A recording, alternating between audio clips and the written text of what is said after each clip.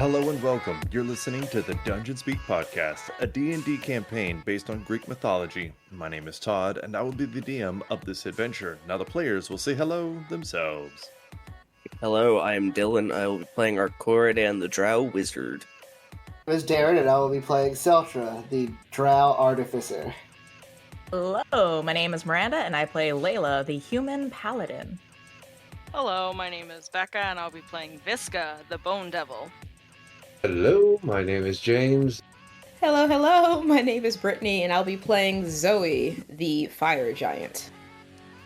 So today we're going to be doing an interesting little quiz because we do play in a campaign where there are Titans and Olympian gods present. And the Olympian gods have started to make themselves more present. They've started popping around more, doing a few more things. And we are going to see another one a little bit today. But I thought it'd be fun to take a quiz called Who is Your Godly Parent in the Greek Pantheon? So I thought we would see who it could be. So do y'all have any thoughts? Who would be y'all's collective godly parent? And if you get it right, Zeus. Zeus, unlikely. Darren? Like, as a party? Yes. Probably like Athena or something. Well, no, because y'all are about to take a quiz. So Oh. who do you think is going to be the result of it? Oh, that's what I said. Like, as a... like us. Yeah. I forgot his name. Which The one? the freaking drunken one. Dionysus. Bacchus? So Dylan is going with Zeus. Darren's going with Dionysus. Miranda, what's your vote? I think I want to feel Zeus. I'm gonna go with Zeus as well. Okay. It was a toss-up between Zeus and Athena. Becca, who would you vote? My answer was gonna be either, like, Hephaestus or Ares. Ares? Sure, we'll go with Ares. Yeah, all right. I mean, Brittany is very, competitive and ruthless, so probably it's possible. Brittany, do you have a vote? I was gonna say middle of the road. We'll do Athena. All right. Hecate James. or Hades? Hecate or Hades? I take back the Ooh, Athena. You know what? Actually, I think I'm on board with James on this one. I'm going with Hades. I like how nobody chose the same one, though, so one person Right. inspiration. All right. So, Or Dylan, no one. are you ready? Sure. Is your godly parent your mother or your father? There's mother, unsure, and father. Skip. So I'm going with unsure, and I'll copy and paste something and put it Is there. Baldur's Gate? Just skip the conversation. Skip. Darren! Mm-hmm. Fuck, this is long as shit. Hang on. Ooh, hold on, I'm gonna open a new window because you're not allowed to see that yet. Bloop. I lost my tab. There we go. Enjoy. Darren, which color and meaning best represents you? White for safety, purity, cleanliness. Silver for glamorous, graceful, sophisticated, and elegant. Black, power, elegance, formality, death, mystery. Blue for trust, loyalty, wisdom, confidence, intelligence, faith, truth, and heaven. Pink for sweet, nice, playful, cute, romantic, charming, feminine, and tenderness. Purple for royalty, nobility, luxury, power, and ambition. Or gold for elimination, love, compassion, courage, passion, magic, and wisdom. Orange for flamboyance, determination, warmth, success, and stimulation. Interesting. Rainbow for hope and optimism. Red for energy, war, danger, strength, power, determination. Or green for growth, harmony, freshness, safety, fertility, and environment, luck, and wealth. Just go with blue, because I like blue. Yeah, that's my favorite color, but those options don't really work for me. Alright, so blue. Miranda. Yep. Just landed on the wrong person. This is for Brittany. Which animal best represents you? Panther, Cerberus, boar, dolphin, pig, dove, bear, donkey, wolf, cow, eagle, owl, horse, stag, hawk, hen, leopard, sloth, or bird? Ooh. Lots of good options in that one. I like pig. Like, if I was to pick a good representation for myself, pigs are adorable, they're smart, and they're just really good pets. Yeah, I don't like pigs though. Leopard. Leopard. Do-do-do. Leopard. Ooh, unique and energetic. All right, Becca. Oh, this is definitely a you question. That's so. Which best describes your previous, current, clique in school? So previous. I hang out with the troublemakers. Still, I don't really consider them friends. I've always gotten along better with younger children. Meh. I kinda tend to intimidate people not that good at making friends. I have a group of friends. We love competing with each other. Sometimes it causes fights though. I enjoy hanging with people who accompany me strutting my swag up and down the halls without a care in the world. I hang with popular people. A lot of people like me. I used to be alone, but now I met someone extremely close we are. Often envied because of it, which led to us being an outcast, but I don't care, I'm used to it. I have my group of really close friends. Don't know what I would do without them. I don't really socialize, school tires me. I hang with delinquents. What? They're not bad people. Oh, there's so many. I have a small group of friends. We tend to go through the world without a care. Some people call us weird. I don't care. People are always going to have their own opposing opinions. I think it's good to have a small group of friends. They're easier to manage. True. Oh my god. James? Oof, this ought to be fun. Alright. It is generally interesting. What is your favorite / best subject in school? Don't really care for school. Family studies and home economics really fascinates me. I'm a great swimmer. Physical education, a chance to prove to those puny newbies I got skills. I have a knack for music. I love mathematics. Nah, I enjoy socializing, really. I enjoy ditching classes, thank you very much. Napping while supposed to be paying attention, I love it. I adore literature, agricultural studies. I'm good at everything, really. Science. I enjoy sitting in the halls the best, really. But it's entertaining. Tinkering around with stuff when I'm supposed to be learning. I've always excelled in sports. I always excel in any subject that requires intelligence. I'm going with I have a knack for music. Fair enough. Brittany? Oh, this is gonna get deep. Alright. What have / are you struggling with? Self-harm, relying on chance, communicating. I always think that I have the best, but I just can't. People expect too much of me. Trying to be better than everyone else. Arrogance, forgetting who I am. In order to save a friend, I'd sacrifice the world. Addictions, mental illness, not getting along with people my age, feeling like I don't belong, low self-esteem, anger management, maintaining relationships, bottling up my emotions, depression, bad habits of stealing, PTSD, I'm too vengeful, OCD, and loneliness. OCD is not a struggle, it is good organization. Good lord. Yes. It's like he looked at the list and just said all of them. Just put all of them. Who knows? Freaking. I guess let's go with the old tried and true big sad depression. You know, in times like this, it's easy to get to. Bills will do that. Yeah, who you tell? For real though. Dylan.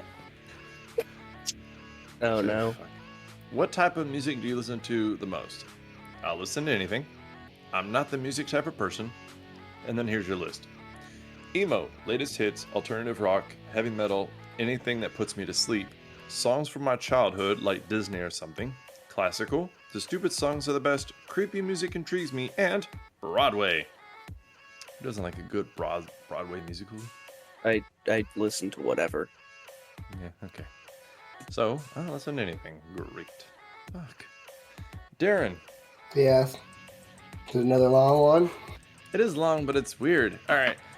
What types of clothes do you wear? Bright and happy designs. All my clothes are usually dirty and greasy. Full on battle armor. once. Animal printed patterns are the best. That type of stuff just isn't important. Any clothes can get them. Any clothes that can get dirt on them. All black. Anything a normal person would wear in the summer. Dark and elegant colors. I'm more of a punk side of things. Black leather, you get it. I'm pretty casual, t-shirt and jeans. Rainbow and tie-dye sort of thing. Bright colors, anything noticeable. Anything that looks good. Elegant and regal. Regal? Anything comfortable. I would say casual, the t-shirt and jeans, even though I mostly wear cargo pants. Yeah. I mean, who doesn't like a good push-up bra, if you know what I'm saying? Get the puppies out there.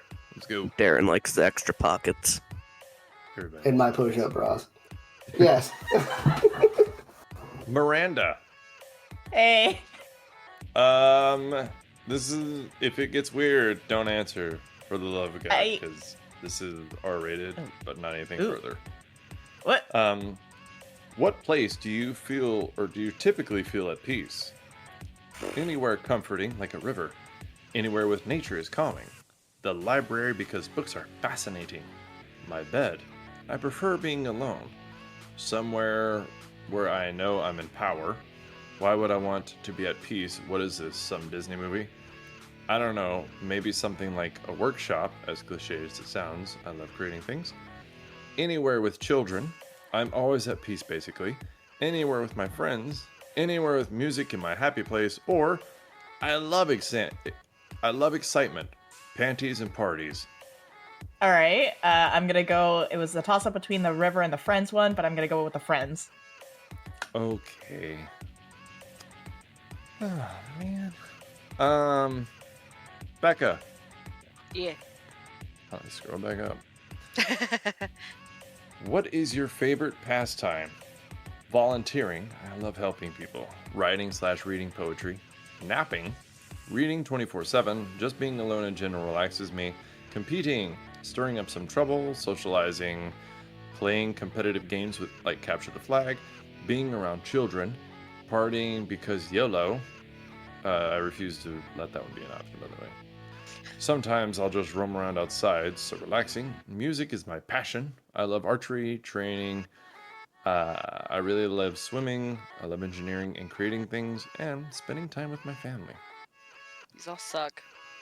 I like archery, that's fun. I don't do it, but it's fun. The only one I really like is like hanging out with my family. Oh, Oh wait, Okay. napping's an option. oh, yes. I'll take napping. Napping. Yes, ma'am. James. The fuck? Which out of the following could be your fatal flaw? Ambition, arrogance, short-tempered, low resistance, curiosity, vengeance, my past, identity crisis, non-trusting, pride, vanity, low self-esteem, feeling inferior, which kind of those two seem like the same to me, abusing power, my carelessness, holding grudges, I tend to make cowardly decisions, or loyalty. And that's a weakness. I'm going with temper. Fair enough. Single target fireballs. Yeah. Birds of a feather get fired With a together. side order of vengeance. Brittany. Yeah. Oh. Well, let me just find what I think it will be. Yep, okay. I'm locked in. Brittany, what would you consider your best quality? Naturally brave? Passionate. My persuasion. My optimism.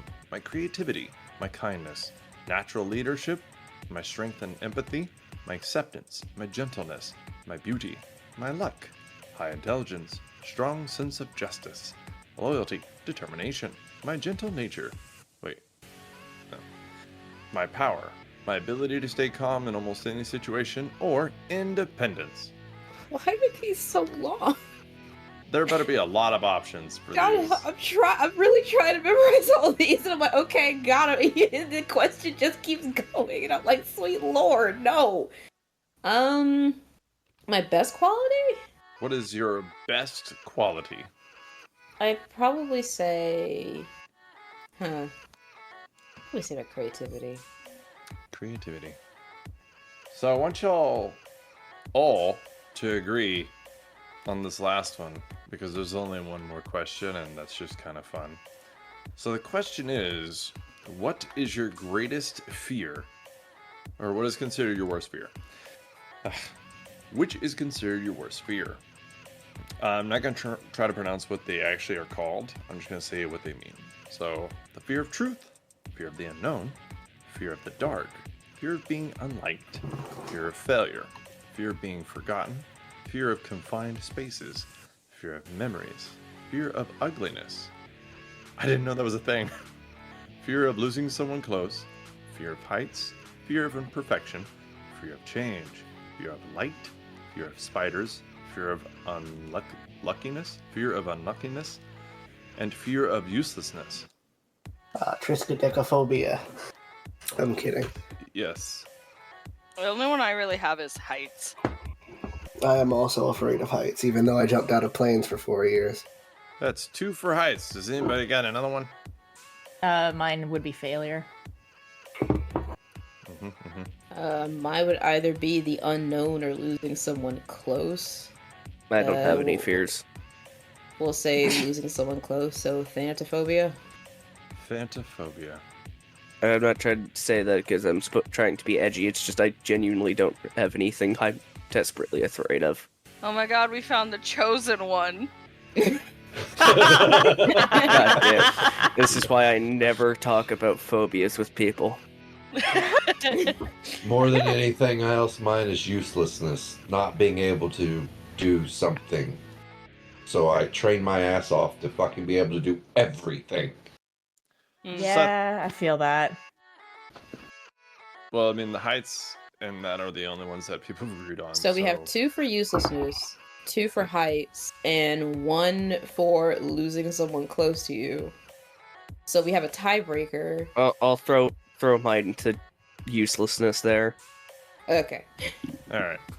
So we're going with aeromophobia. Yeah, good luck with that. Aeromophobia? I don't fucking know. It's gotta be right? Eremophobia? Fuck it. All right. What the fuck? Iris? Iris. Oh. What? That's not in the Greek pantheon. I figured it was going to be some third-rate deity you've never heard of. What? Oh, hold on. Let me read this shit. You've been claimed by Iris, goddess of rainbows. Children of Iris. Interesting. What? Children of Iris. Interesting. Children of Iris tend to care for others more than they would for themselves. You are most likely pretty optimistic, which is good considering the rainbow stands for hope. Your siblings are Butch, Kyle, and Bliff. Huh. Butch. Kyle. I don't know any of these. We are definitely tormenting our siblings. Oh my god. Kyle. I What like is that this? our goddess is the goddess of rainbows. Let's fucking go. Okay. I have to look into this. Come on, Nonsense. we're siblings. I'm outraged. So I will say, here's your 2 runner-ups, which makes me laugh to no end. Dionysus and Zeus. That's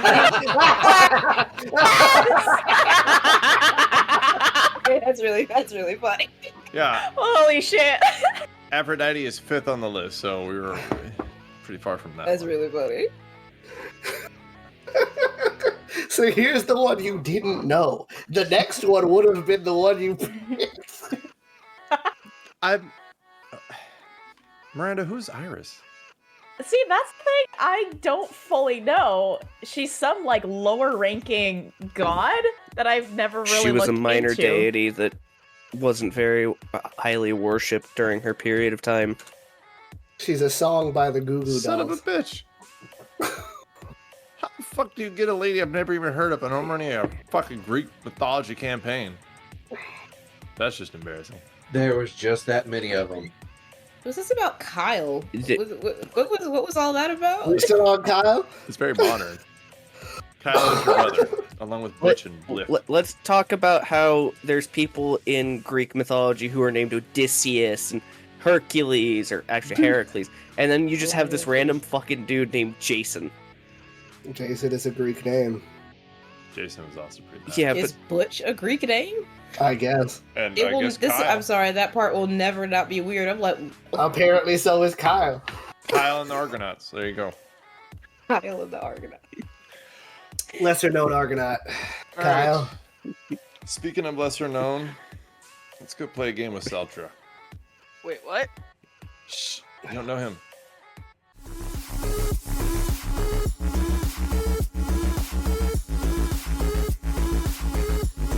This is Brittany, and you're listening to the Dungeon Speak podcast.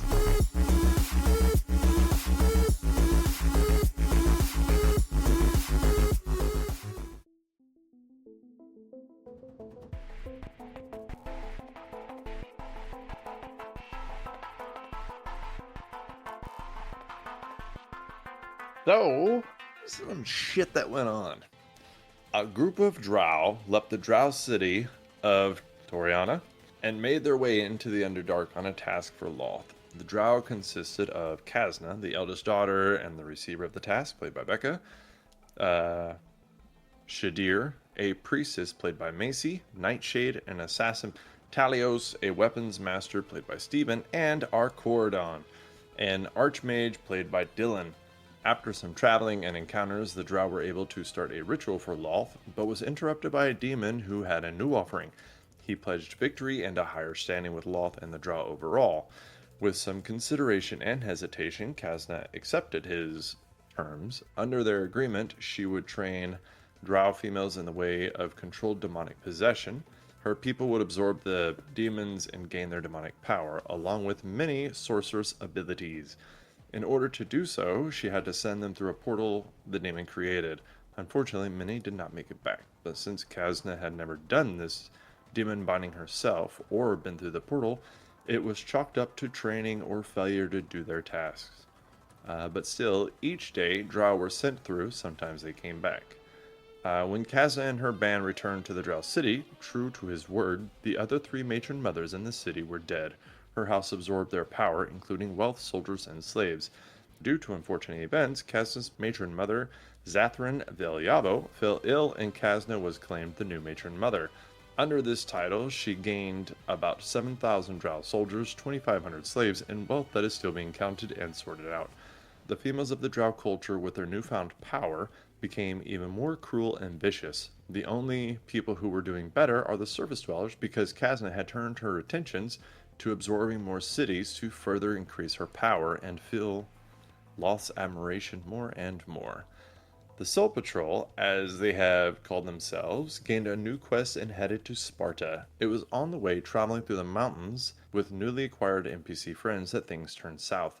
The cart filled with thick and black magical darkness, something Celtra is familiar with because his people can innately do it. Then, in Undercommon, he heard a distant voice whisper, "I will save you." Celtra then found himself in a desert-type terrain with mountains and a constant dark red-colored sky. The temperature is constantly around 90 degrees, except in the dry shade where it drops to about 25 degrees. Celtra was given a brief introduction by a statue and then led to a large and hard dirt castle by a fire giant and creature made of bones with a scorpion tail. There he met Arkoridaun, a semi-boss here, and his paladin and mind flayer companions. Celtra also met with an old friend named Razmi, who had disguised herself here and told Celtra that she knew he would come for her. Celtra learned that the residents here do not require food, water, and stop aging. However, that seems to be the part of the torture because people still feel hunger. They will just not starve. He learned that the land itself produces a liquid metal and clay pots, and that once the pots are filled, a person can call out, and a humanoid sand person will rise up out of the ground, insert the clay pot into their chest, and meld back into the ground. Celtra, in all his sarcastic and high-intelligence self, decided to stick his metal hand into the jar, which took his fingers and made his arm a liquid metal. He was able to pull his hand back quick enough to only lose 2 fingers. Later, he used magical tinkering while writing on a dead construct to remake his fingers. It was discovered that there was a large population of all manner of creatures here. Death happens a lot, and anyone can dig anywhere to find a stream of liquid metal to shovel out and into clay jars. Celtra took an interest in buried statues that were mostly underground, broken, or time-worn, and was able to identify them as a type of construct. With further investigation, Arkoridaun noted that they were more like golems because they had no innards or mechanical workings. After a week of tinkering, forging, and working with the assistance of Arkoridaun, Razmi, and the elementals, which Arkoridaun was able to form a line of communication with, Celtra was able to construct enough of a functioning inside that the large, armed, and golden construct, who Layla was able to identify as a celestial guard that would function for 2 hours at a time. The construct then flew to the entrance plateau where Celtra arrived and started killing people upon their arrival. After Celtra seems to have proven himself useful to the plane around him, the earthen humanoid elementals expressed wanting his assistance. They were able to show and express that. While powerful in their own right, they did not understand the mechanical working of a planet core. They were unable to grasp the gravitational understandings that someone who builds machines has learned through experience and experimentation. Celtra was able to figure out that in order to build some kind of planet core, that this place was producing the wrong material. Arkoridaun knew it produced iron, but Celtra knew it needed another component to function. The place was only able to produce one material at a time. After some thought, Celtra was able to deduce that the planet could sustain itself with a core made of high concentration of sodium, as it could be heated to a high temperature needed and could be rotated at a high rate while staying in a solid yet flowing mass. Celtra then was trying to figure out how the sodium could be electrified to start and sustain a planet core. So while Celtra is inside the castle with Razmi and Arkoridaun, and Layla is constantly around Arkoridaun because, he's her charge. So, Viska, I want to talk to you for a second. Oh. I am assuming that you would get really bored in there, or would leave, just so that Celtra can stay alive for this episode. So you go outside and you kind of wander around a little bit, just like fuck with people while they're doing stuff, maybe fly around, sit every now and then, and watch this construct. And while people come in, you can actually see him just swing down, smash, swing down, smash. And it's kind of funny in a sadistic way. And every now and then, someone might even take a hit, might be able to dodge, whatever the fuck, doesn't matter. And then so whenever someone big comes through, especially if they have a weapon, you'll be like, and then they'll go flying or get squished and you're just, oh. But you're sitting there and you see another person arrive. You see, it looks like a plain woman. Actually, you know what? Will you make a perception check for me real quick, just so I know how much detail to give you? Yeah, hold on. You got this. I opened the wrong character sheet. I never opened the one. Do not use Mavari's perception. That's cheating. That Just would coffee be burnt my cheating. tongue. 18. 18. All right. So you see this woman get teleported in to the top of this plateau, and she has just a white tunic on and very dark hair. It's either black or brown, hard to tell from here. She has pale skin. She looks pretty sturdy though. And then as he swings down, you can see her tuck and roll out of the way. And then as she stands back up, she has a bow in her hands. It looks like a white bow with a shine to it. And you're kind of like, oh, she's got something magical. I'm going to note that so that when she gets broken, I can go pick it up. And then she takes a couple of shots. And you see this thing actually kind of stumble a little bit and then swing again. And you can see her tucking and rolling as she takes shots. And so you actually start watching because you've never seen anybody actually be able to fight back. And then you see this giant golem or construct type creature start lighting up like a blue light from its center as it stands still. And she's sitting there shooting at it. And you see she gets off 4 shots before it seems to just detonate. Like you see this blue, bright white light, like a blue and white kind of start from the center of it. And it looks like it's going to shoot outwards, like you've seen breath weapons of many creatures before. But then it starts to shoot out and then just explodes. And you see parts of it go flying everywhere.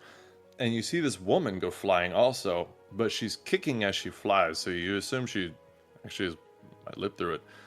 But she goes flying off this plateau. And you don't know where she goes besides in the opposite direction of where, you are. And you see this thing just blow up, and you just kind of chalk it up to, you know what, maybe Celtra doesn't know what he's doing. He didn't build that very well. But that's what you see. That shit was wild. Yeah. I'm gonna go back to the group and I'm gonna let Arkoridaun know what happened. All right, so what do you tell Arkoridaun when you go back? So when I get back, I talk about how the construct was like hitting people and stuff like it normally should, and then a girl came in and blew it up. Damn, that's crazy. Yeah, she had a bow. As She close got as I wanted that to be. What? The fight. I didn't expect anybody to be able to beat one of those. Did she shoot it? With her bow? Yes. Damn, that is crazy. Is she alive? She got blown back after the explosion happened. Should we look for her? I mean, if she blew up one of those constructs, might be interesting to see if we could find her. I don't know. I mean, it sounds interesting. Zoe, why don't you and Viska go escort this person, whether corpse or not, here? Alright. I mean, I guess that sounds like something to do. Alright, And let's go get this done. Maybe they have a new seal for you to add to your collection. Yes, there's a possibility. I don't know. Yeah, let's just go get this done. Crack my knuckles. So you guys head out. Celtra, Arkoridaun, and Razmi are still in this castle, trying to figure out this situation. So, Celtra, as you do what we're about to do, Razmi will be there to assist you, whether it's drawing, holding up boards for you to read, which you don't have any boards, so I guess drawing in the dirt, you can be like, oh, do this over there, and she'll do it. So she is essentially your assistant as we do this. And Arkoridaun, you have the paladin, so she'll hit stuff really hard as your assistant. Okay. So here's the first thing we're doing. It's called the Navier-Stokes equation. This is fun. There's going to be 5 of these. Oh, boy. Yeah. So this one's actually, they're all investigation checks because this is all intelligence. And it's trying to figure out what's going on here and what we're doing. So the Navier-Stokes equation is it's partial differentials equations, which describes the motion of viscous fluid substances. So this will help you figure out the fluidity of sodium in the space that it will be. So this is just one of 5 things. So if you would like, go ahead and do an investigation check. And with your assistant, you can go ahead and do it with advantage because she is kind of like you. Not as good, but kind of. All right.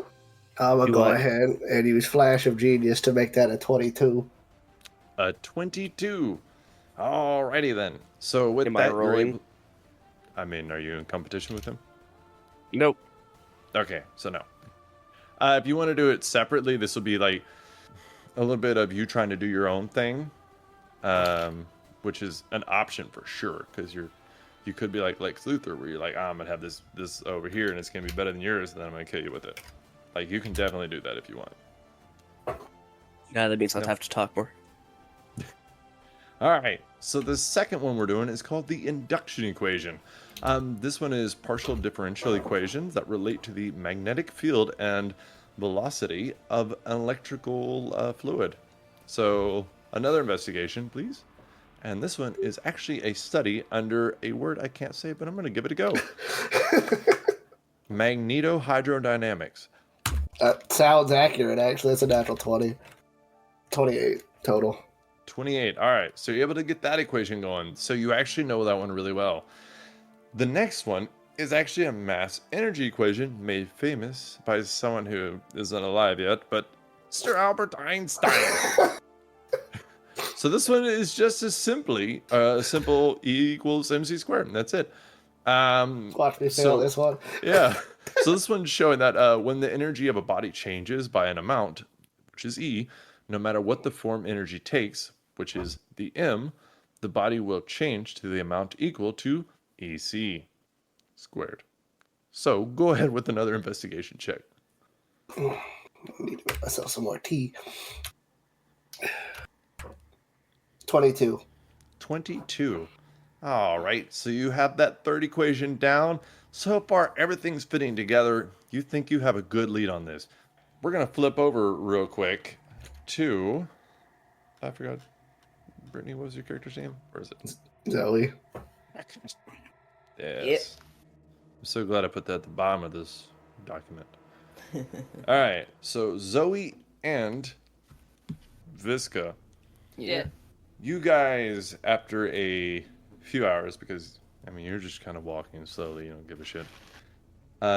You walk over there and you see a lady who is sitting on the ground, just kind of sitting on her butt with her knees up, and she's got her bow, like a white bow that has a little bit of a glow to it, beside her on the ground.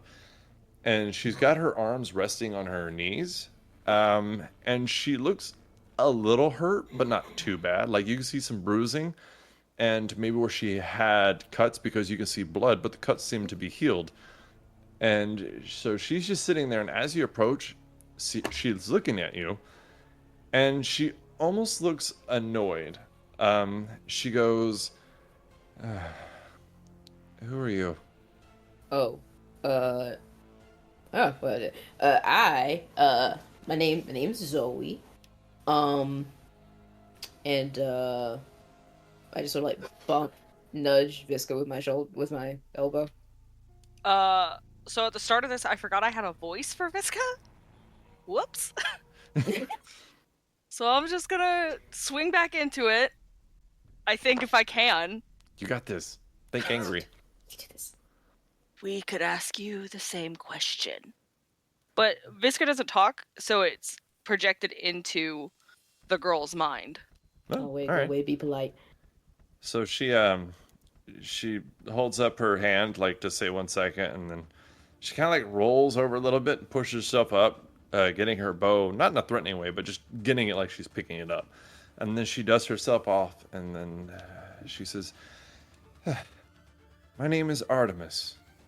Do you own the castle I saw? Nope. No. Do you know who does? No. We don't. I'm sorry, I'm a visitor here. I'm looking for my brother. Oh, well, oh, you came here on purpose? She kind of looks at you a little confused. Yes. How'd you do that? How'd you come here on purpose? An annoying little tiefling teleported me. I don't... What? You could do that on purpose? I want my brother. Okay, alright, fine. Can you give us a description of some sort? Can we like walk and talk? We do have I put in quotations, leader of sorts. He said he wants to speak with you. So we can walk and talk. Describe. Oh yes, that's perfectly understandable. I am willing to go with you guys. So his name, of course, is Apollo. She kind of looks at you. Right. So he's yeah, a like crickets. he's a younger man. He takes the form of a boy, more likely. Around the age of 18 to 20, he has brown, beautiful flowing hair, beautiful green eyes, kind of a light, but also dark at the same time. He has a golden skin. He has a beautiful look about him, depending on his mood. Sometimes his eyes do not reflect happiness or kindness. But he's generally a good person. A bit of a pretty boy, is what you're telling me. Oh, very pretty, yes. Let's see. Viska, Can I roll an intelligence check? Because I spoke to a dude. Yeah, Can I remember that dude? Go ahead and roll an intelligence check. Will I stand a chance? I don't think I'll stand a chance for intelligence. I won't. Bother. You weren't with me. It was just me. Oh, right. Yeah, okay. Well, I was just gonna, cause like I'm in charge of just looking over everybody, so I was just gonna kind of see. Yeah, if you want to roll a history check to see if you recall any pretty young, handsome men. Let's see. It's flat, so yeah, not 10. I rolled 11. Okay. Did they give us anything? Oh, Zoe, what'd you get? I got 10. Oh, sorry. I was waiting. Did you say it? Nah, you're cool. You're Okay. cool. Unfortunately, Zoe, you don't recall anybody like that. You're sitting here like, pretty. Oof. Like, you're thinking of all the creatures you've seen come through here, the murderers and the killers, and you're kind of like, yeah, this lady's in the wrong place. Viska, you're kind of sitting there thinking, and you're like, I've seen pretty boys, but they die real quick. So you're just kind of like, oh, nothing comes to mind, really. Nothing solid, anyways. I'm sorry, nothing comes to mind really. Not solid, anyways.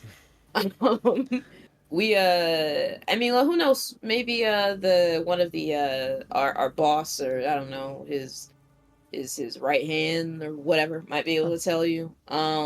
Fabulous. I'm gonna Yeah. put my bow away. Don't think of it as a threat or anything. I just Oh don't. no.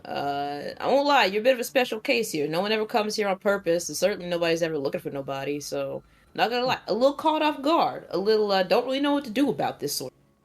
I've come to rescue him. Oh, rescue him? You rescue me? I get out of this hellhole. I don't want you to take offense to this, but would you consider yourself to be a useful creature? Yeah, She's like looking up at you from way down there. I mean, yeah, look at like I flex. Do you see these guns here? These wait, no, not guns. These trebuchets. What is a gun? Look at those crossbows. It's a crossbow show. Crossbows, ballistas. I don't know. I like that ballista show. There you go. She goes, wow. Yes.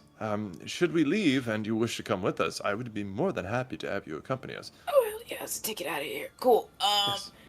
Let's, And you, Miss... is this a miss? The bone pie? I'm not entirely sure what Viska identifies as. Viska, don't be rude. I am but a being. She's but a being. A bean. I am a bean. A bean. Weird. She says we could probably find a place for her. Yes. Should I find my brother and we are able to leave, you may come with us, both of you. The large one and the bean. Yeah. We'll figure it out. Yeah, we're almost there. Great. So it'll be, I don't know, maybe a couple of hours, because for a short person, she is kind of in a hurry and she is walking quickly, like she's here for a purpose. I got long you have a long It's stride. okay. Yeah, I got a long stride. Doesn't bother me. 4 hers is 1 of yours, so you're pretty chill. On their way back, Celtra. That is me. Let's do a current density equation using Ampere's law. This is another all of those words. Yeah, this is another investigation check. This equation right here is where the current density is the displacement current, and the density current distribution, contribution, actually due to movement of charges, both free and bound. So this is something that will help with containing the flow of sodium in a core sphere. What'd you get? I'm gonna go ahead and use my special good boy points, flash of genius, to make that a 23. Okay.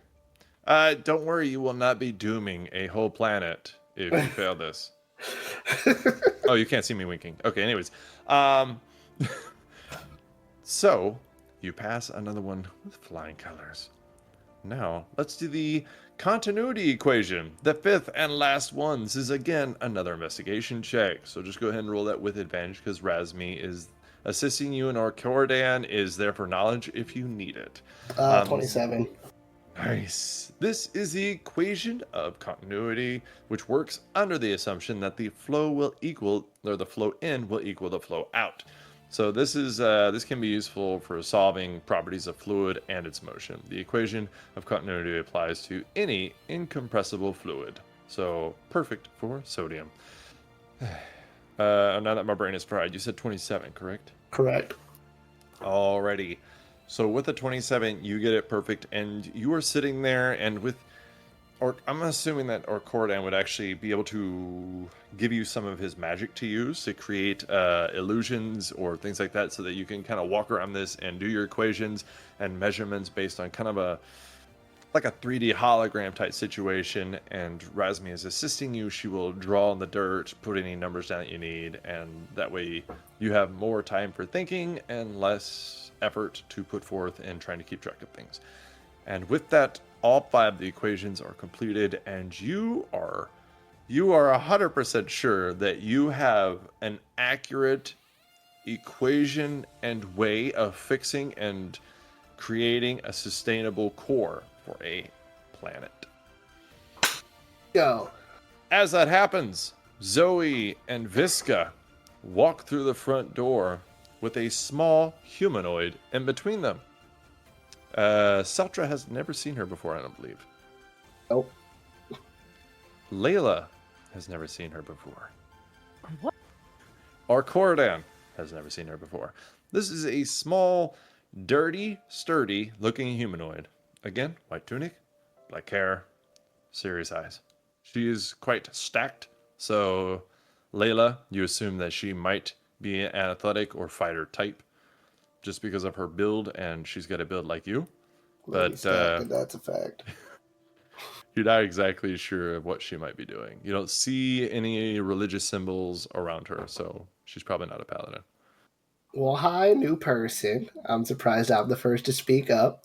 Yeah, sorry, we're back. We did the thing. She seems like a lovely lady. She says she's here looking for somebody. She will walk up to Celtra. You are Arkoridaun, the one they speak of. You're the boss? I'll glance over at Arkoridaun. No, that's him. Arkoridaun, this woman walks up to you.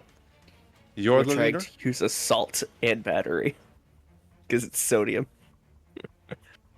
Okay, sorry. So this one walks up to you, Arkoridaun, and she goes, "You're the leader?"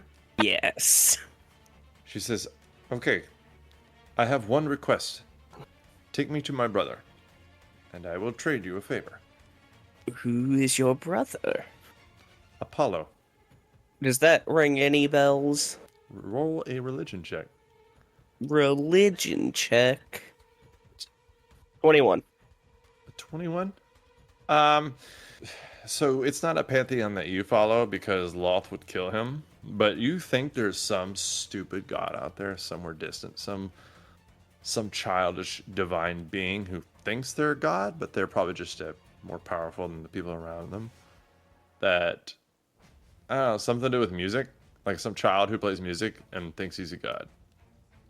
The child man with the music. Celtra's gonna sit down and keep working on the battery.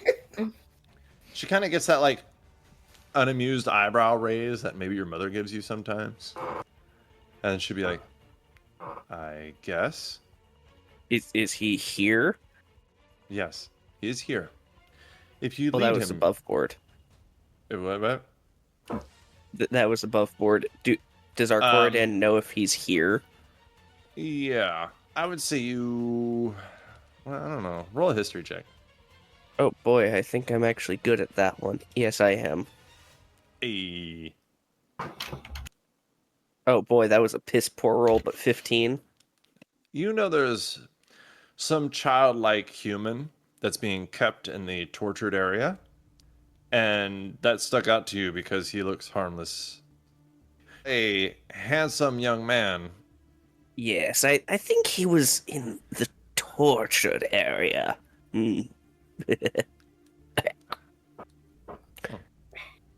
Lead me to him, please. And what about this favor? After I have gotten my brother, we will discuss it. Until then... Can I quickly pull Arkoridaun just slightly off to the side? I mean, she'll watch you do it, but sure. Just not wandering off, just kind of whisper in his ear more so, do we really trust her? Not in the slightest. And should she go back on her word? Yes. I would like Fantastic. both of you to roll stealth checks to just say this quietly. Ooh, the paladin rolling a stealth check? You got this. It's a whisper check. At disadvantage? I won't give you disadvantage because that's because of your plate armor. Okay. All And you're right. whispering, Well, so we'll just cancel it for this one time. 16. 11. All right. And 11. You guys turn around, look back at her, and she just rolls her eyes. She says, my hounds would be more useful. Actually, could everybody do me a favor? Mm-hmm. Roll wisdom saving throws. Arkoridaun and Layla are the only ones who get her bonus. Nothing's gonna help me. That's a 6. That's a 19. Is this a magical effect? It's pretty fucking magical. Okay, because I get advantage. I fucked up. Ooh, thank God. All right. So how did everybody do? Quick question: is this any kind of charm effect? No. Okay, then 6. Okay. 19 for me. Nice. 20. 18. Ooh. What? Arkoridaun. 20. Viska. 18. Xaxyl. Did you say yours? 25. Holy fuck. Okay. All dark and wiggly. Fair enough. All right. And Layla, we got yours too, right? 14. Okay. All right. So everybody minus Xaxyl are turned into a Hound of Artemis. It is a beautiful and furry golden dog. It is cute, yet it has pretty sharp teeth. So she turns you all into those, minus Xaxyl. Xaxyl, you see everybody around you turn into these hounds. And then she just looks at you and looks back at the door. And to all of you in your mind, she says, lead me to my brother. And you know what your character knows, but at the same time, you are loyal to Artemis to the death. And should that happen, then we'll find out what happens there. But for the next hour, you are hounds of Artemis. Does my dog have a robot arm? No. Oh. Everything you're wearing is melded in with you. Let's see here. Blah, blah. You are limited to the actions it can perform in the nature of its new form. You can't speak, cast spells, or do anything that requires hands or speech other than telepathically communicate with Artemis. Your gear melds into your new form. You can't activate, use, wield, or otherwise benefit from any of your equipment. My lady, I happen to be a warlock. Mind if I tag along? She stops and turns. Are you going to hinder me? No. You are welcome to join us. May even be helpful at some point. If you promise to be subservient and understand the rulers of the world, you are welcome to come with us. Well, let's see what's going to happen. I don't even know who the rulers of this world is. She kind of quietly says, I do. And Arkoridaun and Viska, you guys start leading her to where the tortured people are kept.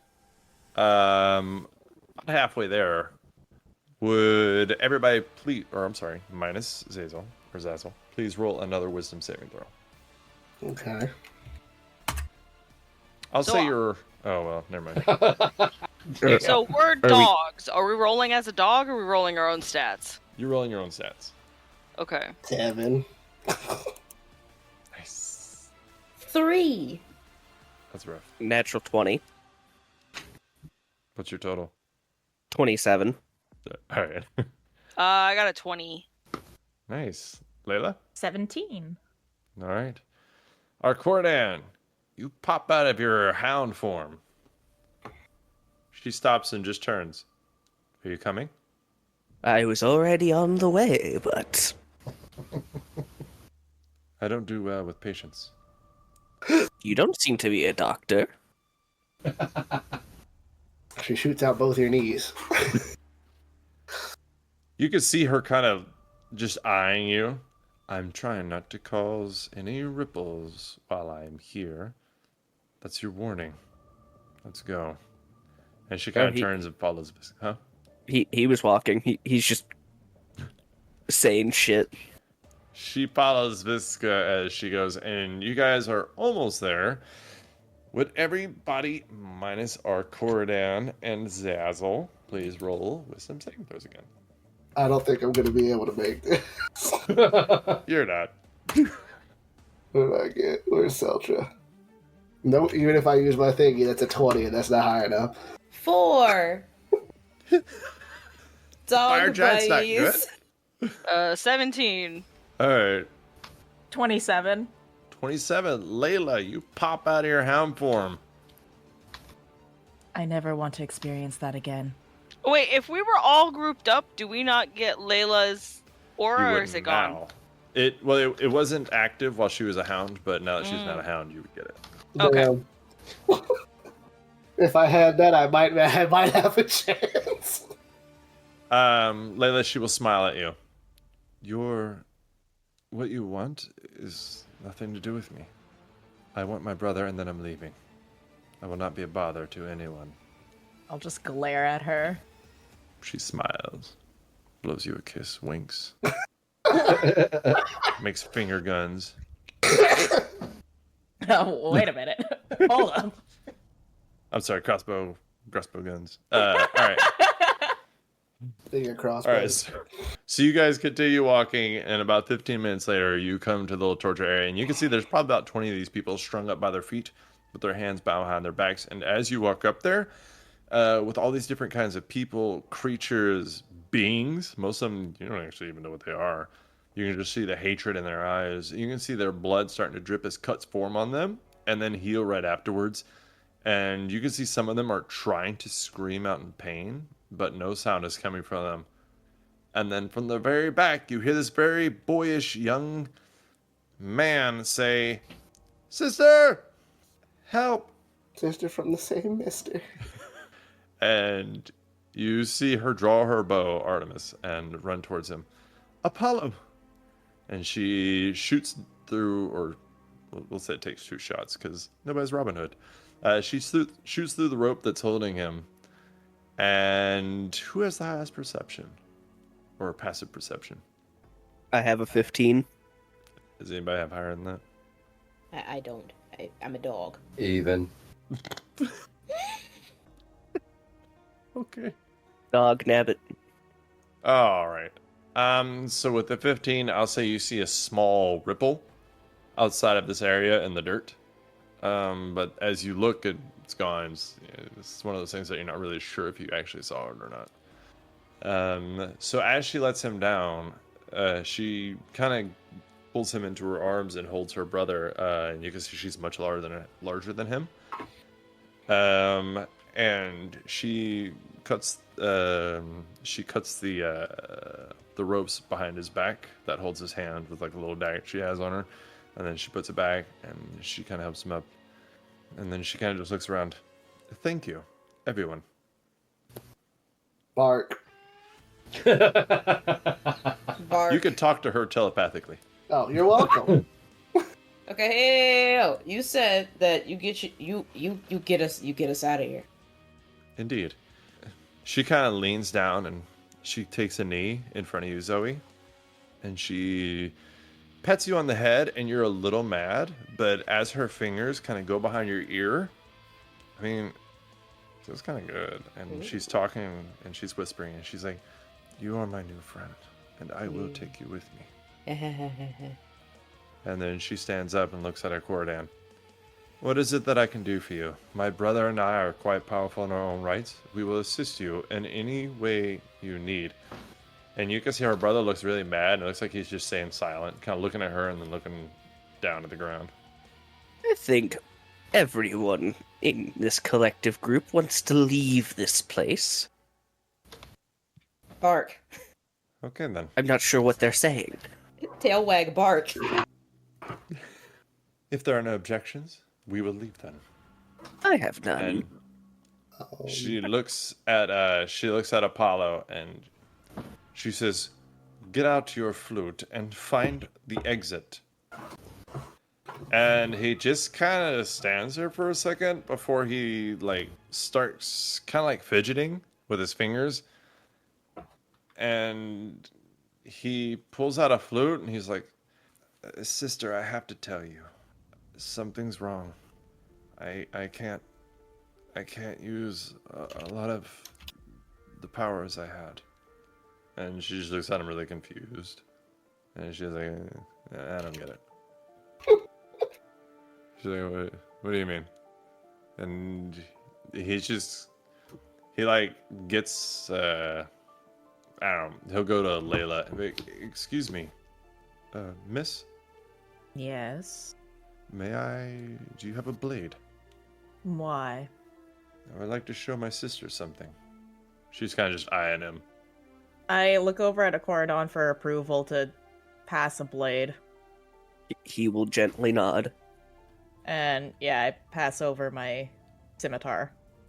All right, he will cut his arm just on the very top of it, and he starts bleeding, red blood, and lets it drip to the ground. And then he just looks at his sister, and it's kind of that awkward thing where you don't know the conversation. You're just kind of hearing it. So you guys look at him, see what he does, and look at his sister, and see her eyes, and you look at him, waiting for him to say something. You look at her, waiting for her to say something. You're like, what does this mean? Nothing. He's bleeding. What did you think was going to happen here? And she's like, "Why is your blood red? Why isn't it healing?" And he goes, "Sister, I am immortal." And she goes, "I know you're immortal." He goes, "No, I am immortal." She's like, "By golly, what happened?" Oh, is that how we choose to handle this situation? I guess By as a golly? dog not understanding what's happening. They're like, Gosh, Sorry, by golly? He's lost his godhood. Dun dun dun. Yeah. But did he drink the last drop? it's a Hercules. It doesn't She's- matter. Gasping dog. Yeah, so she just kind of stands there for a minute looking at him, and she will look at Arkoridaun. "Are there any divine beings around?" Not. From what I know, the most divine thing was the golems, or the sand. This is a place of torment. Do they seem to act individually? Which ones? The sand people. The sand golem. The golems are everywhere. Dismantled, unusable. You seem to have destroyed the first one you saw. Actually, I think it was going to do something, but it blew up. Poor craftsmanship, I think. Probably. There's a lot here. She But says, "What about the dirt sand people?" Oh. They kind of do their own thing. It's hard to tell if they're collective or individual. She takes out her bow, and she says, "Will you tell me where the nearest one is?" They're everywhere. They are the very earth we walk on. She starts to walk off, and her brother Apollo stops her, and he's like, "Sister, if you give me 1 hour to do a ritual, and you have incense worth 250 gold, I can cast a spell that will help us." She says, "Fine, I have that in my pouch," That's a ironically. little specific. Ironically. He says, "Also 4 ivory strips worth at least 50 gold each." She says, "Fine." She takes off her sandal, and she has some under there in a hidden compartment. She's like, "Here you go." He's like, "Thanks, sister." She's packing more garbage than I am. Not sandal even of holding. remotely. She has more junk in her trunk than Celtra. But So Apollo sits down on the ground and starts doing a ritual. And after a while, Arkoridaun, if you would like to roll an Arcana check, actually anybody, which could include Xaxyl. That's Anybody who- not a plane shift spell, is it? Because that won't go well. She just shrugs at you, and he's concentrating. I'll also give myself an 18. Man, I keep rolling dog doo-doo on the rolls that I'm good at. It's just the fact Right. that I have such a high fucking bonus to them. Arkoridaun, what did you get? I got an 18 with a 5 on the dice. Celtra, what did you get? I got an 18 as well. Layla. Natural 20, baby, for a 24. Nice. And Xaxyl.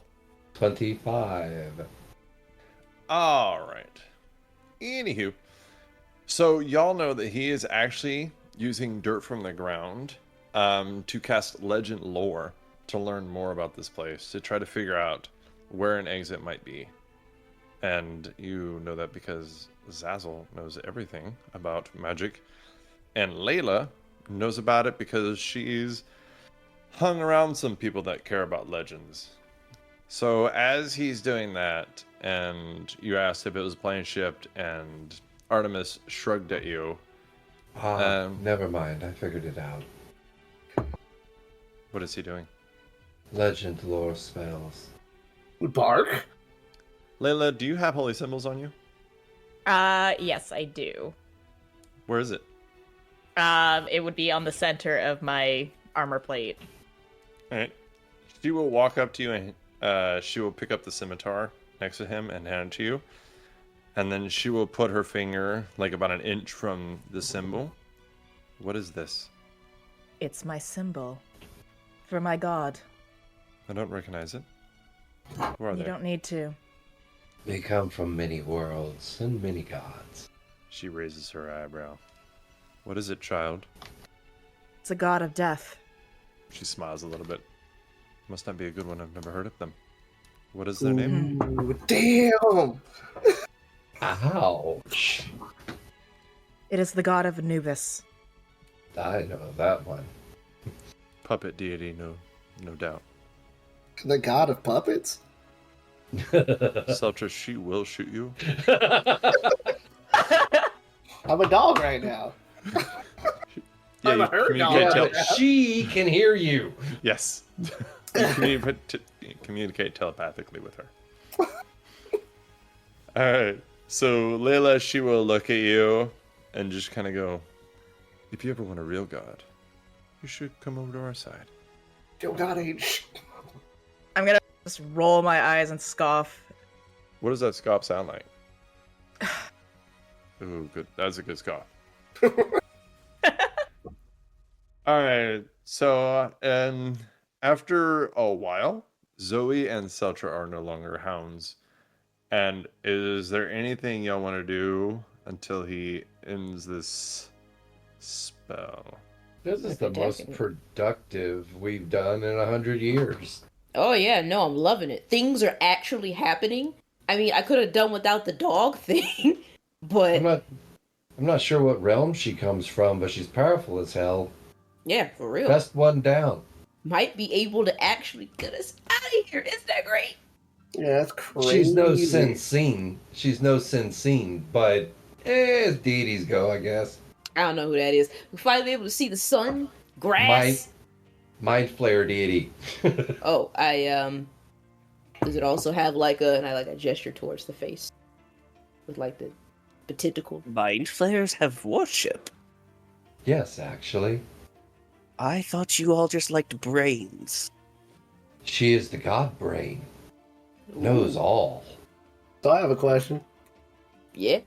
Not for you. For Scary Lady, who's kind of taking over the show. Do you mind if I go back up and continue working on math? I think this has a greater chance That of is happening. about 2 hours back, but sure. I won't do that. Are we in a building? No, you're out in the open. Okay. I'm going to go walk a little bit away so that I am further away from them. And I'm going to try and talk to the thing that was talking to me. All right, the dirt. Yeah. Hey, I think I figured out how to make this thing work. But I'm going to need some help. If I was dirt, how would I respond to that? Roll a persuasion check.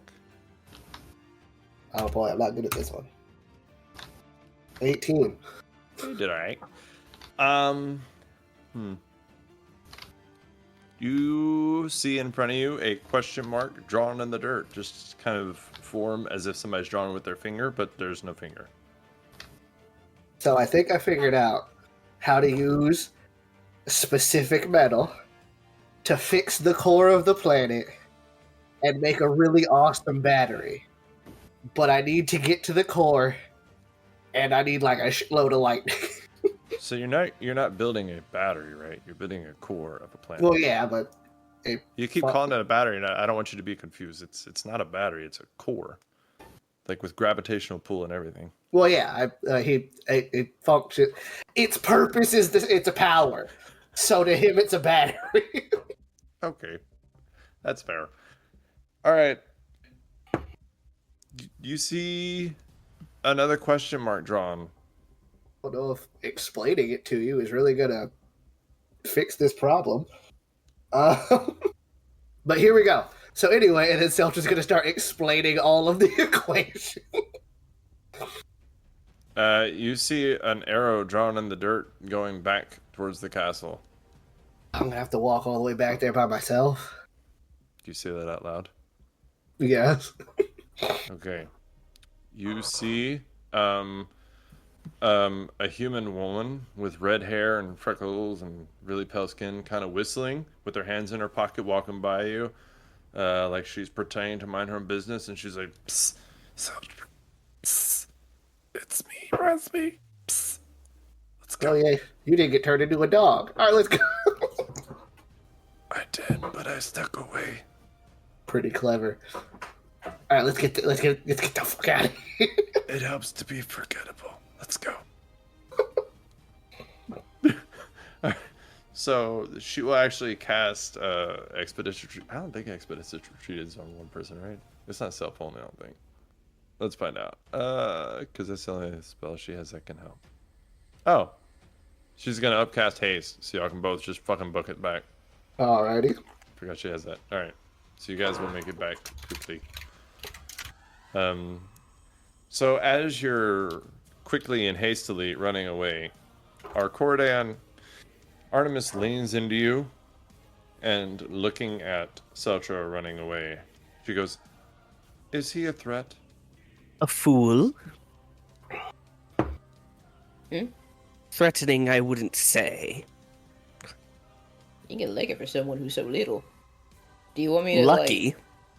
Like, should somebody like at least like watch him? Because I can go watch him. If we're just going to leave without him, I don't think anybody will care anymore. I mean, I guess, but I mean, like he said that he was gonna get one of them, what do you call them, constructs up and running. I want to see that. And he might do it within 2 hours that we're here. No. Oh, what? So I can't watch? No, I mean, I'm not sure he'll do that then. Sorry. 2 hours when we took almost a month just to get the first one barely running. Look, all I'm saying is, I don't know why. I feel like, he's smarter than he letting on. I mean, he's saying things that I don't even know what the hell. We should, look, I'm saying is that, like, he's probably smarter than he looks.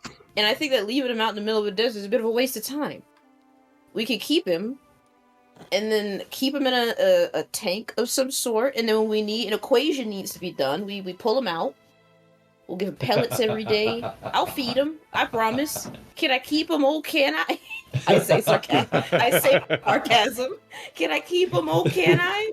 I'll feed him and I'll walk him and everything. He's not a hamster, even though he's about the size of one. He is, especially to me. But if he doesn't want to leave and instead wants to go play with big robots, as he keeps calling them, then I don't think we can just stop him.